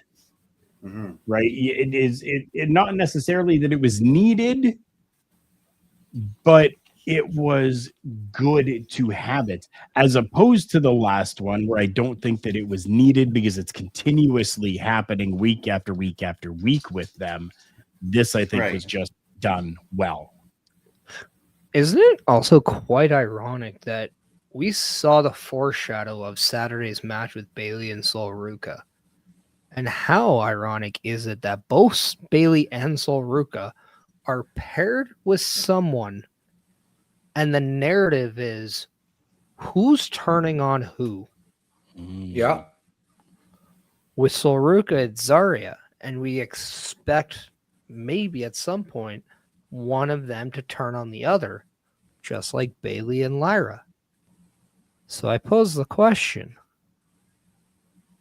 what if we get both partners turning on their partners on Saturday, and we see Lyra and Zarya forming, thus putting Sol and Bayley together? I kind of like that double turn for tag teams, because I can't think of a time that I remember where we saw something along those lines, other than, and I'm going all the way back here to 1988, where we saw the Powers of Pain and Demolition both flip babyface and heel in the same match. Right. But I like where you're going with it, Parrish, where there's still a double flip, but they're also exchanging partners at the same time.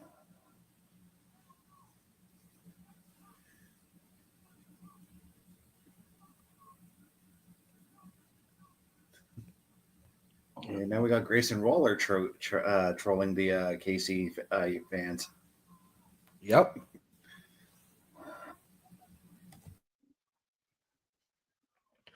But he's also representing how many times the Eagles lost this past weekend. So, I mean, yeah, whereas both of our teams won, Parrish. I'm aware. Suck it, Meltzer, who's a Bucks fan, by the way. Had to. Oh, that's fine. Right now, for me, anything is better than what's on the screen right now. Yeah.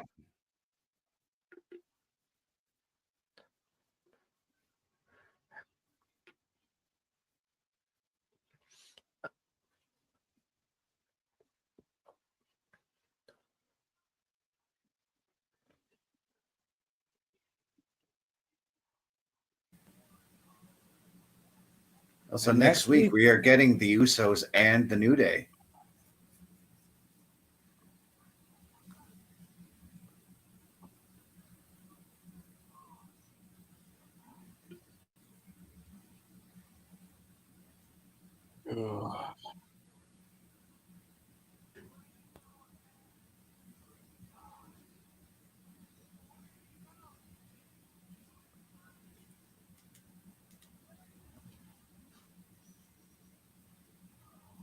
And yeet.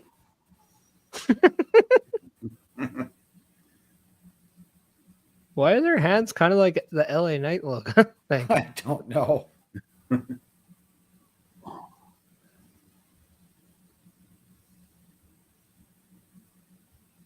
Oh, thank God that's over. Yeah. Very well said.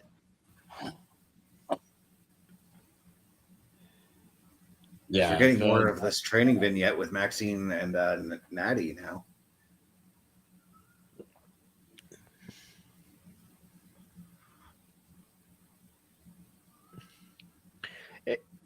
If we're kind of getting to this aspect of Maxine, we saw how Natalya changes her look when she goes out of WWE and becomes Natty Neidhart.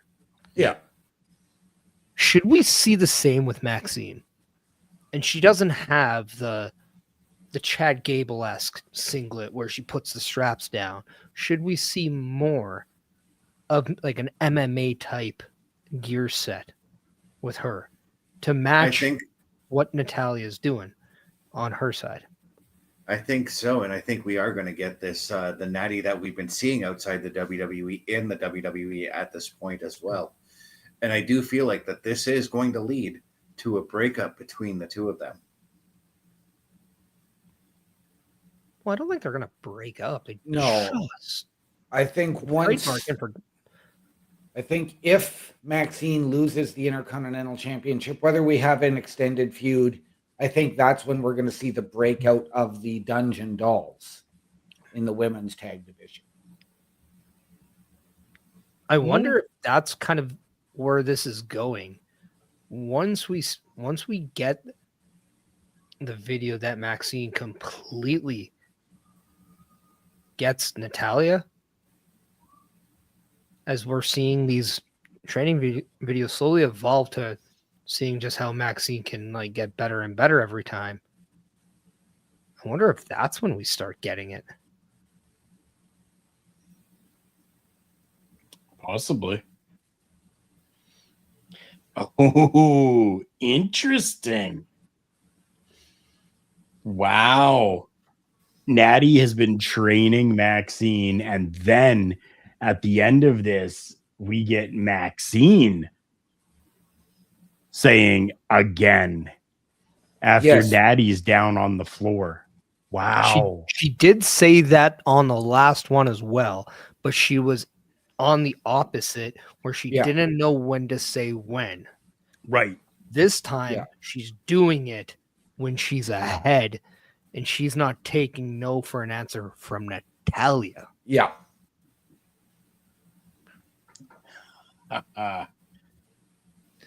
But like, cool. Again, I like Maxine. I like who she is, her work. I like all of that, right? But this puts me a little bit more invested in Maxine Dupree now. And I'll kind of expand like when Natalya earns that respect from Maxine and knows she's on the same level as her, right? And completes her training, just like the dungeon, you like there's something that you get. What if that's when Natalya braces the dungeon doll name onto Maxine? Oh, because she no longer looks as Maxine as a lower or a student. She now looks as an equal, thus forming the tag team. Yeah. And see, I can see that, but I still see the breakup because this is all going to eventually lead, and I'm not saying like 3 months down the road, but 6-7 months down the road, perhaps, we're going to see a teacher versus student rivalry between the two of them. But you can also do that in a way that it's just beneficial for both, right? I would like to see Maxine come out and say, whether it's after her match with Ivy Nile next week, I want Natty one-on-one teacher versus student.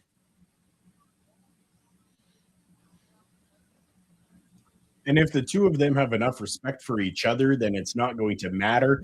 And at the end of the day, the two of them having a match, whether Natty wins or not, they could still respect each other and go, this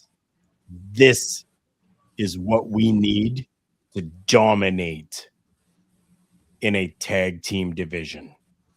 Yep.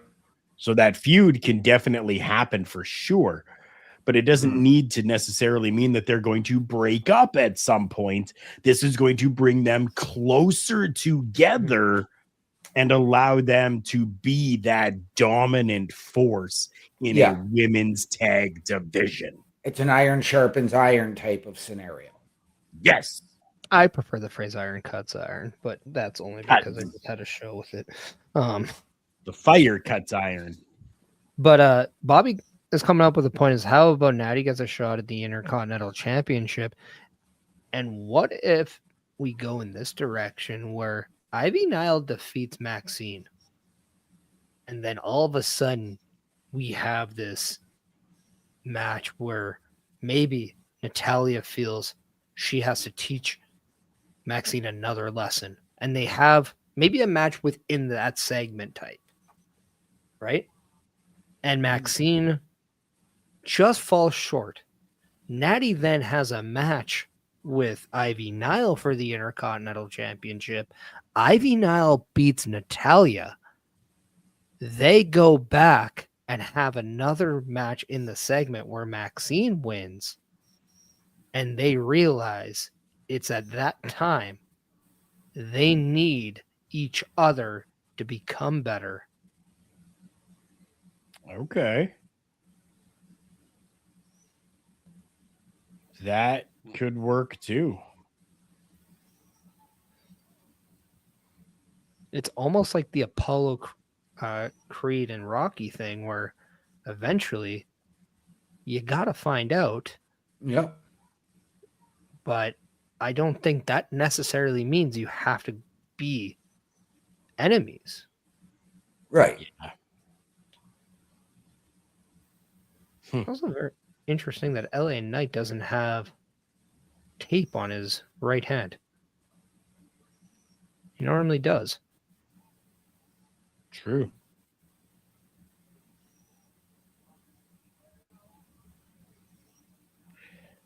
Maybe that's a little thing for Logan Paul.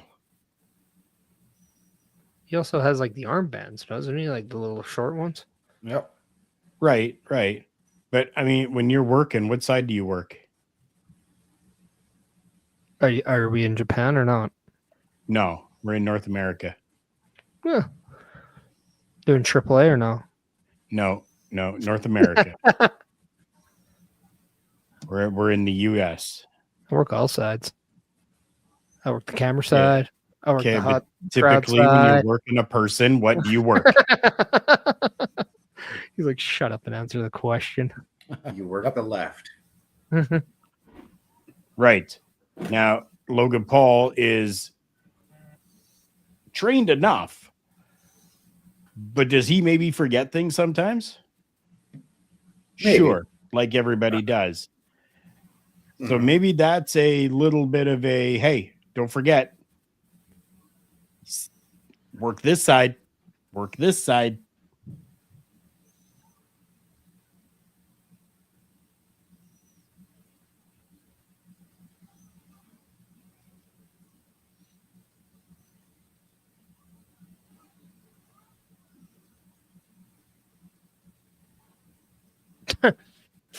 Hi, Mom. Hi, Avery. I'm at Raw with Dad. I saw that. That's a rub it in the face of your sibling. Yeah.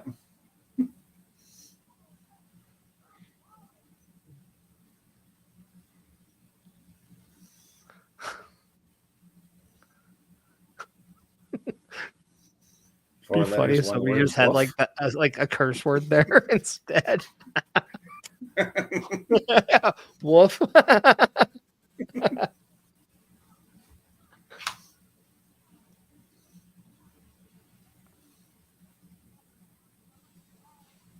I'm really waiting for somebody just to mimic the sign of the night graphic and make that as their sign. Oh yeah. Like that has to happen.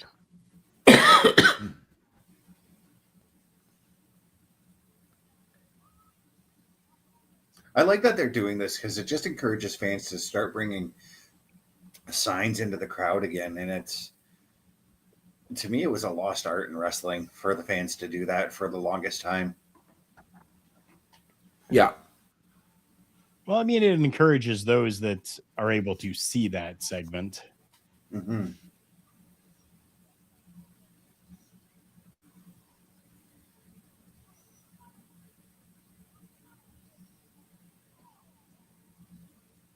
I get to see them because I'm not a commercial person anymore. I get enough of it on Tubi. To be or not to be? That is the question.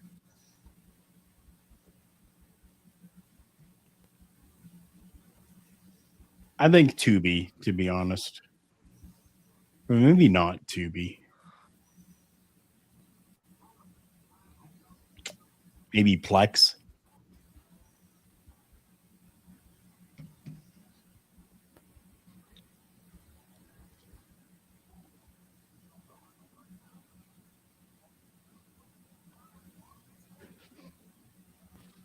I totally forgot that Logan Paul switched up to the black and white. I was expecting him to come out in the yellow and blue. Yeah. Or the yellow and black that he's worn. Yeah. I'll be right back, guys. All right. Oh, okay. Thanks for the warning.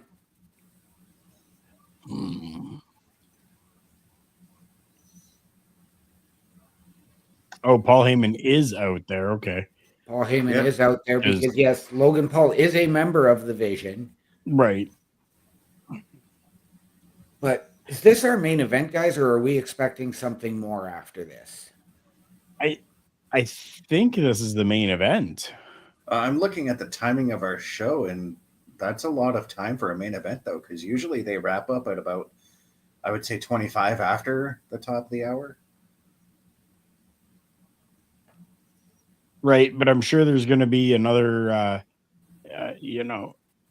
paid ad break in there somewhere. Yeah. And it's very possible, right? Because we've got Saturday night's main event coming up that they could give a last hype on Monday Night Raw for that at the end of the show. Oof.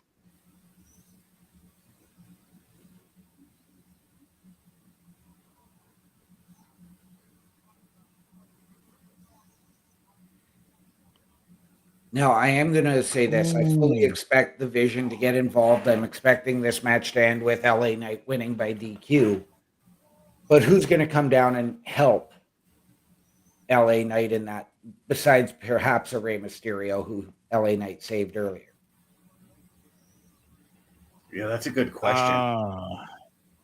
Because I would say I would have gone to Jey Uso, but Jay's clearly moved on from LA Knight at this point. Yep.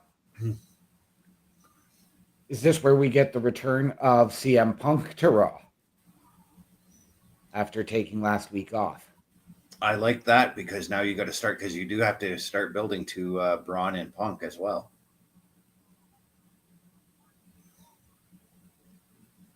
I'm hoping that it does not end in the rest of the Vision coming down until after the matchup. Right.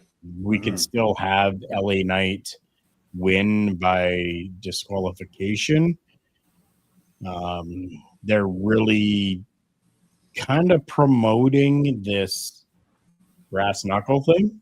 Yep.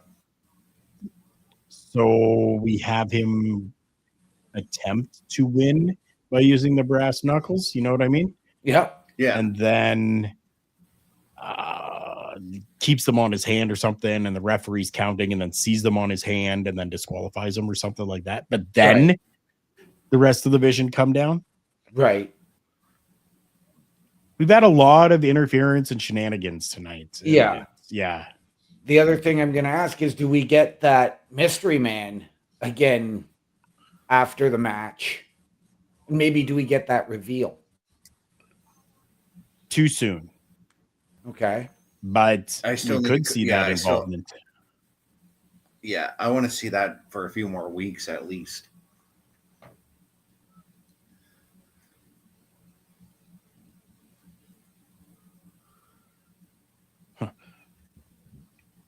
The paid ad break for those that have commercials on the Netflix is on right now. If you guys don't know, we are Turnbuckle Studios. We have the Turnbuckle affiliation program, and the affiliations just keep growing and growing. Last week on Turnbuckle Talk, and even yesterday with the Chris Parrish podcast, we had our good friend RBV on the shows, which is absolutely amazing. That guy is fantastic at what he does. Yes. If you guys are not aware, they're in commercial break right now. Well, let's show all of you what we have going on every day of the week with Turnbuckle Studios. Turnbuckle Studios and the Turnbuckle Affiliation Program bring you the week of streams. Monday nights you get the Locker Room Breakdown at 7 p.m. Eastern, followed by the Raw Patrol at 8 p.m. Eastern. Tuesday brings you the flagship show, Turnbuckle Talk, at 8:05 p.m. Eastern. Wednesday we play games with the PlayStation Showcase at 8 p.m. Eastern. Thursday we go TNA when we brace for Impact at 7:55 p.m. Eastern. Friday we secure all details as we answer the call for the SmackDown security detail at 8 p.m. Eastern. The weekend brings you Saturday Night Gaming at 8 p.m. Eastern. On Sundays be sure to catch the Chris Parrish podcast at 12:15 p.m. Eastern, followed by the Boar's Nest at 8 p.m. Eastern. Be part of the shows and join the chat every day. And if there is a show that you miss that you can't see live, easy way for you is to go to turnbucklestudios.org/shows, and then you could pick and choose and be able to see the latest episode from that show that is available. There's so much that happens here with Turnbuckle Studios, and we're so thankful that each and every one of you can be here with us live. But again, if you can't, the shows are available on a replay format on demand for you at turnbucklestudios.org/shows.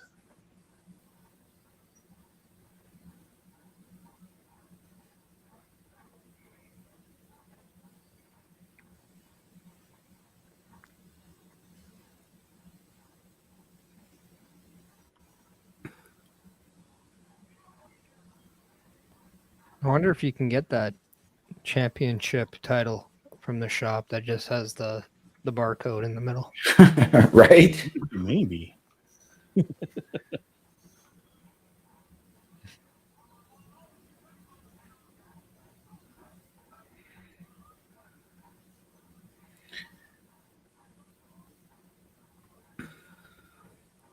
No, we have seen Logan Paul have some high-profile matches, including a matchup where he defeated LA Knight to win the U.S. Championship.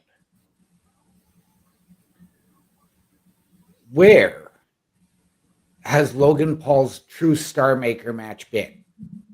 Or do we have yet to see it? The best is yet to come. Yeah. I think is that matches that you saw glimpses of it and you just say, okay, yeah, we see a little something here. We see a little something there.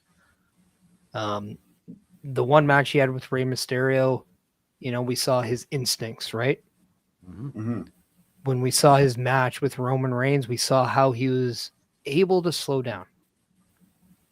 With his match with John Cena, we really saw him step up. And then when we see him with matches with LA Knight, we kind of see the confidence in what it takes to be a champion.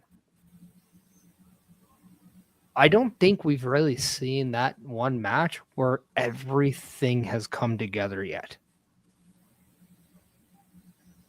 I would agree. Okay. Very well put as well. Mm-hmm. Thank you. Who do you think would be that guy to truly bring that out of him? Me, book me trips. No,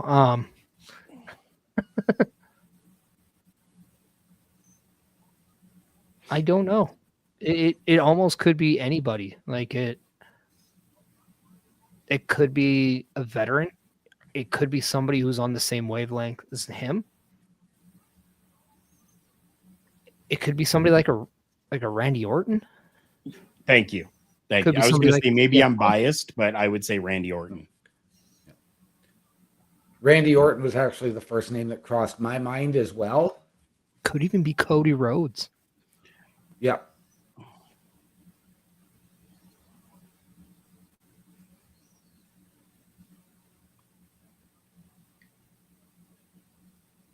I mean, even when he comes back, Seth Rollins could very well be that guy as well. True. As Bronson Reed and Braun Breaker are making their way down. Don't get distracted. See what happens when you get distracted? Focus on your matchup. All you had I to will do say- was throw the superplex. I will say it is time for Bronson Reed to get a new shirt. Yep.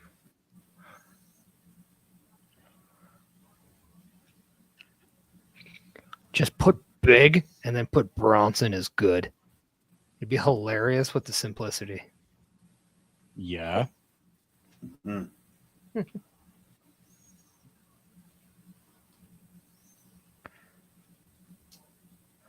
Or just put I read and you don't.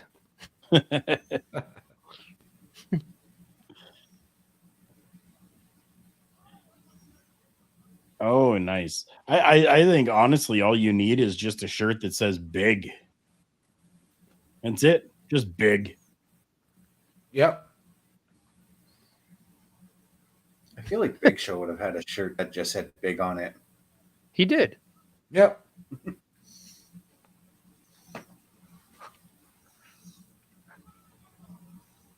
Just put I'm big on TV.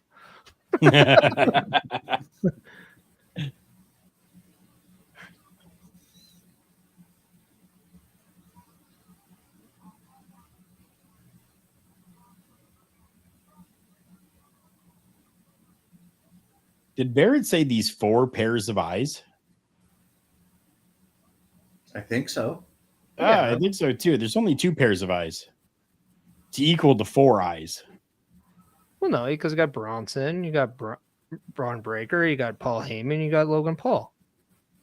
True, I guess. Okay. That's the vision, right? Yep. Oh.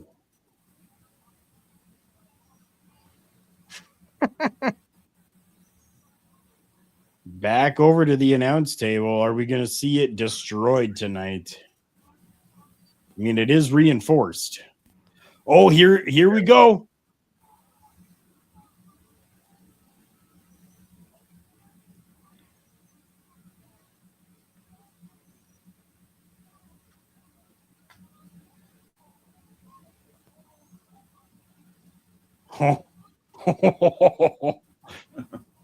Oh man. This entire mystery person. Oh, did you see the height he got on that? This entire mystery person thing has me excited. Yeah. Oh, and then he left. We're not getting a reveal of who it is just yet. And I am okay with that. I love that. Continue that going. I honestly have not been this excited for a mystery masked man since the Higher Power, to be honest with you. It's It's the Midnight Rider is the masked man. The Red Rooster. There we go. It's our truth again. Oh, I don't understand how that guy gets such speed in that short of a distance. That's wild. He drinks a lot of Dr. Pepper. No, he must. I don't know if he's mixing it with something because I drink a lot of Dr. Pepper as well, and I don't have that kind of speed. I was going to say, if that's the case, then Carl should be the Flash. My voice can go very quick. My body cannot. Yeah, when I get kicked in a certain area, my voice goes really quick too. Oh, yeah. Yeah. Leaves you almost breathless. Uh-huh.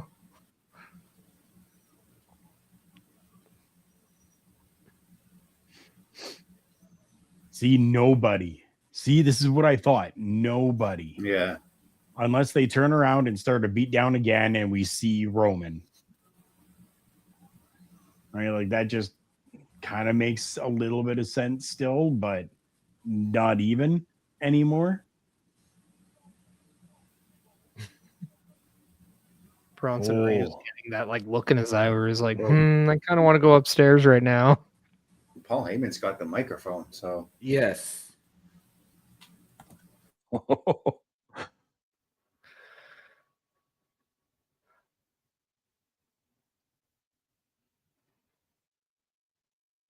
If I could only have, we're going, it's back into a commercial break.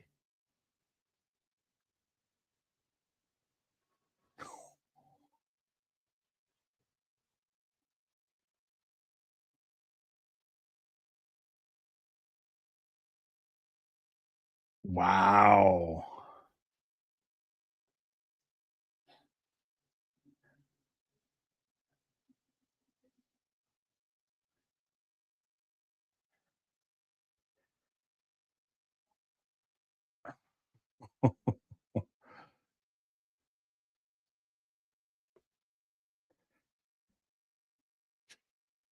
Oh.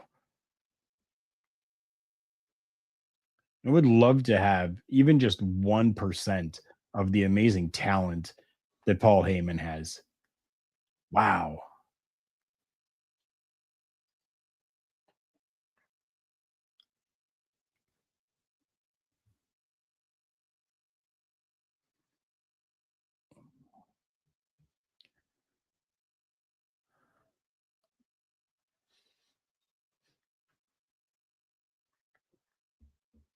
All right, we're keeping Roman's name in their mouths.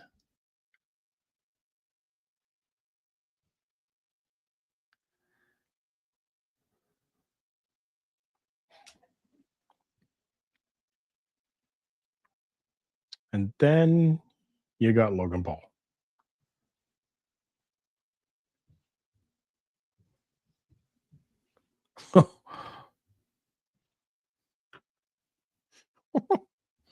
Wow.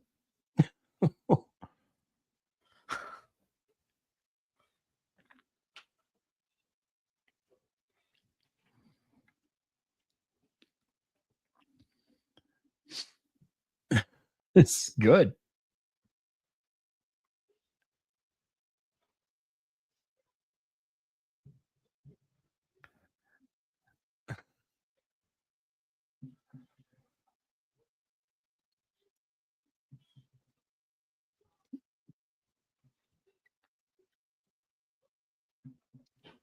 Good use of words. Man who is in his prime. Great. That was great. Oh, again, just 1%. 1% of that.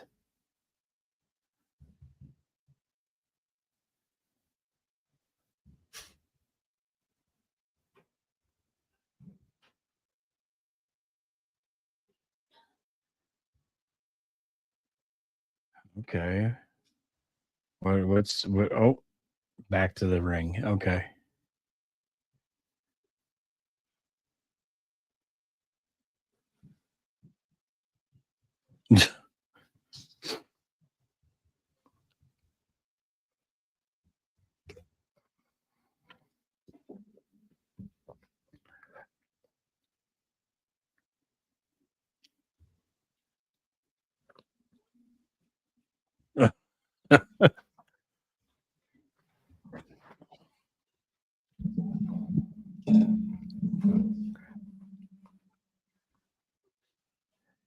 Oh,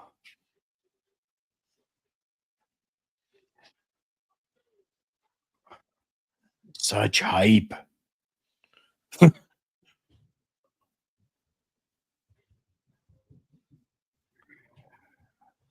Wow.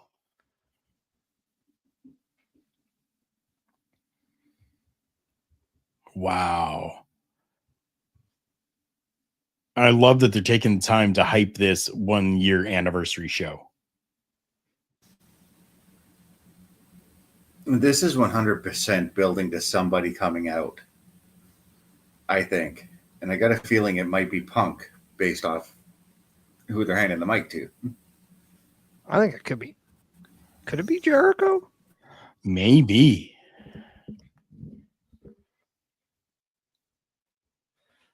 It may be. I gotta move my microphone back just in case it is, that I don't destroy it.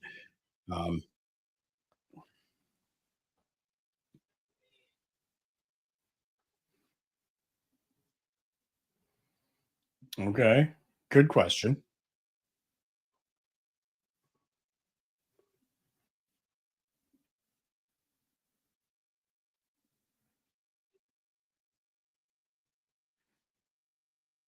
Wow. Huh?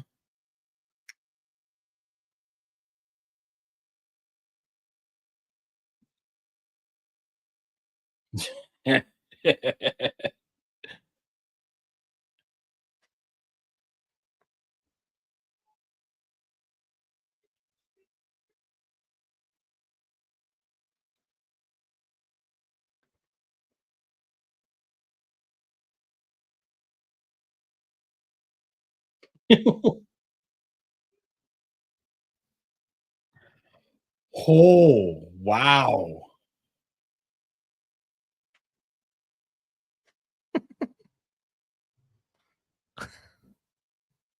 Wow.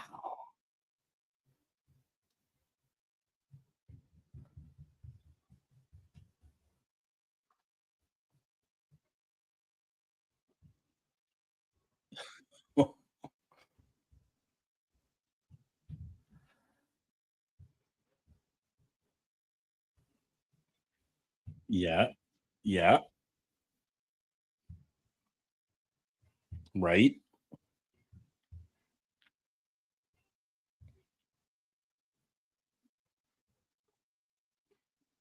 Yeah. 434 days. That's I believe he crazy. actually lost to The Rock. Yep.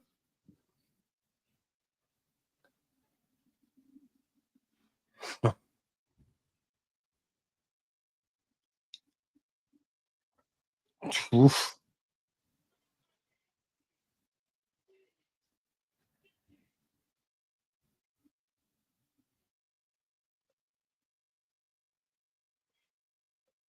Wow.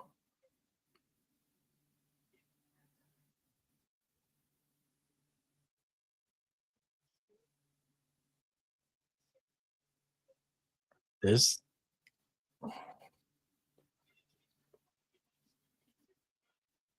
Oh,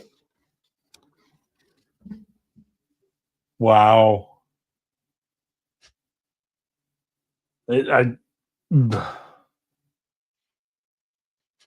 this is wow, wow, what a promo from Braun Now I Breaker. want to see Izzy Dane come out. Yeah. Oh, here we go. Here we go. Oh.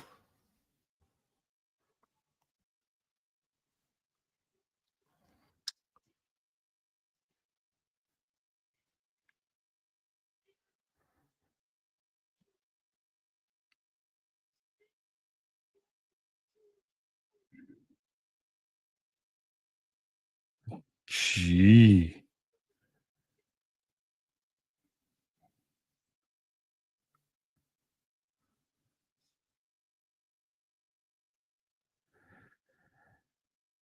Wow. The intensity in that promo was wild.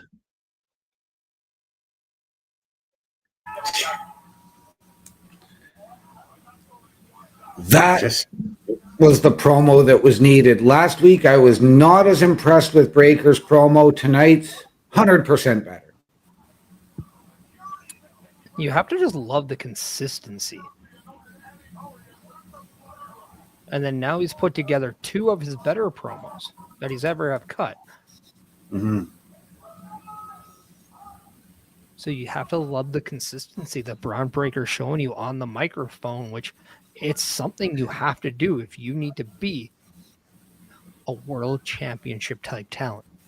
Mm-hmm. See, last week's promo, though, didn't do anything for me with him stumbling over his words, getting confused during the promo. Tonight was 100% better. That's good. I'm glad to hear that.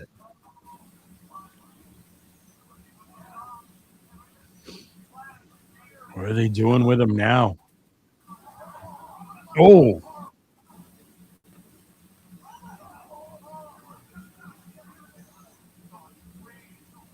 What do you mean, where's the security? They keep getting taken out. Right? They just got beaten up by Logan Paul. There's a dent in that white car, and it looks like the security guard's face.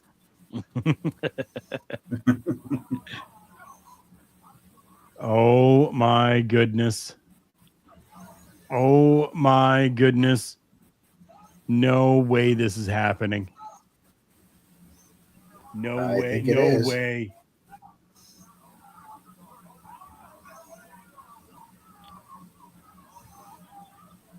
Whoa, whoa.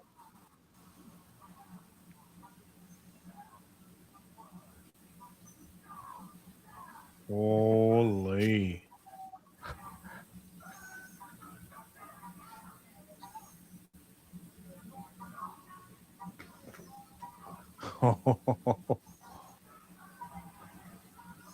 Where's Flo when you need her? Yeah, right? Wow.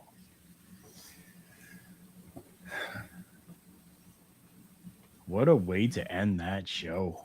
Yeah. Yeah. And maybe not not like gonna we see, had talked about it being like maybe a last chance hype, right? But no, really didn't even turn into that, and I'm okay with that. Oh, Yeah, I think that's the last that we see of LA Knight for the remainder of the year, to be honest with you. I mean, that's a possibility for sure. I honestly had thought that it would just be, like hype for, Saturday night's main event coming up. No, it turned into hype for another show instead. Fantastically done. That was fantastically done. But that's something that they typically do, though, on the last show before a major event, whether it's the last Raw or the last SmackDown. They start building towards the next major event afterwards. Yeah. I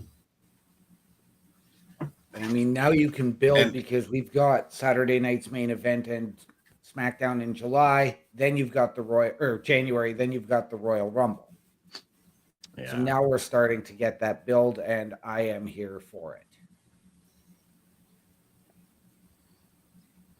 One got to really look at it like Saturday's show is really your next big show to the Rumble. So the fact that they're, promoting Saturday, which is all pretty much likely to be filled, you might get one more match, but you really might not. Because remember, it's only like a 2.5 hour show. So you're going to give time to the matches.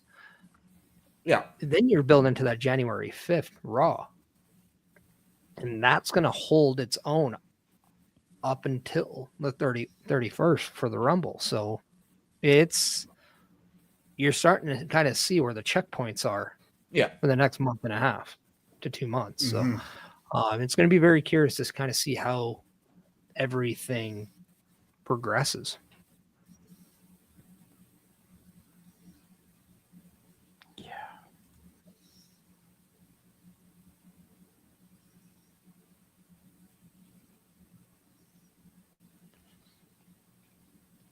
So with that being said, what are our final takeaways of Monday Night Raw? Tonight's show was fantastic. There was no real lull in the show. It was a lot of action. That New Day interview I could have done without after having had them at ringside and at the commentary desk. But other than that, there really wasn't a low point for me. But ladies and gentlemen, if you are looking for me on the socials, it is my link tree. linktr.ee/OMD show. Yeah, and as for me, like I thought this show was just pure fire. That finish was just amazing. Words just can't explain just everything that happened in that show tonight, and I'm looking forward to going back and rewatching some of it. Carl, what do you think of the show tonight? It's very intriguing to me because, like, you have so many questions now. Like, what, how long is LA Knight going to be out? What does this mean? What does this mean now with the Vision? Are they solidifying themselves as a dominant group the same way that the Judgment Day did last week? And now we have these two groups showing you that it's either the Vision or a Judgment Day. Are there going to be comparisons? Because last week Logan Paul did say they had the Intercontinental title. Now we're seeing Logan Paul and Rey Mysterio, who just a couple weeks ago was going after Dom. So are there these connections between the two? But what we do know is that the Vision with Logan Paul are definitely making a statement that you do not want to mess with them. And that if you're not a part of their vision, you're not going to be a part of WWE. And that doesn't matter if everybody's saying it or not. So it's very interesting to kind of see how this translates all the way towards January 5th, where we do get that match between Braun Breaker and CM Punk. It's going to be interesting to see how that translates to even this Saturday for Saturday's main event, where I have an obligation to let everybody know that if you live in the Edmonton, Alberta area, please go check out Beercade YEG on 105-440 82nd Ave for the free showing of it. But if you want to watch on the mobile thing, the PLE Patrol is on set, and we're going to be right here on all the Turnbuckle Studios platforms. Yes, we definitely are. This show for me, if you were here for it, you heard already kind of, the lows that I had and then the definite highs that I had in it as well. This ending was definitely a very, very good high for me. I enjoyed that. And it's keeping me invested, and I'm really looking forward to seeing what's going on, what's going to happen, and at some point, who this mystery person is. Again, I have my suspicions, and given the way the person was moving, but to go along with that, I'm hoping that that is just a decoy person to be revealed to who the actual person is. Sounds weird, sounds kind of different, and that's because it is different, and I am a fan of that. I love that we didn't really necessarily need to see a lot of the other big players within the WWE tonight either. It wasn't needed. Things went just smooth as they could right now. We didn't need the Roman Reigns. We didn't need, the Codys, the CM Punks. We didn't need all of that to be a forefront. We are starting to see a turnaround and new faces coming into play, and I am happy and thankful about that. If you guys are interested in learning a little bit more about myself, OM Dynamic, Chris Parrish, or Chris Best, check out our website, turnbucklestudios.org. We do have a Meet the Team section over there. That's by clicking on Hosts. click on the picture of the person that you are interested in seeing more from, and it'll take you directly to their socials, directly to their little place on the internet. Guys, I am very happy that I was able to be here with each and every one of you.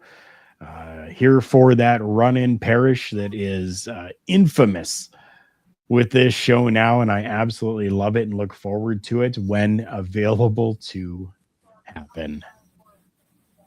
We do have our own OM Dynamic, who usually sends us off with this program. I'm going to turn it over to him to do just that. Ladies and gentlemen, always remember the world is better with you in it. From all of us here at Turnbuckle Studios and the Turnbuckle Affiliation Program, to those of you out there wherever you are, good night, good luck, we out.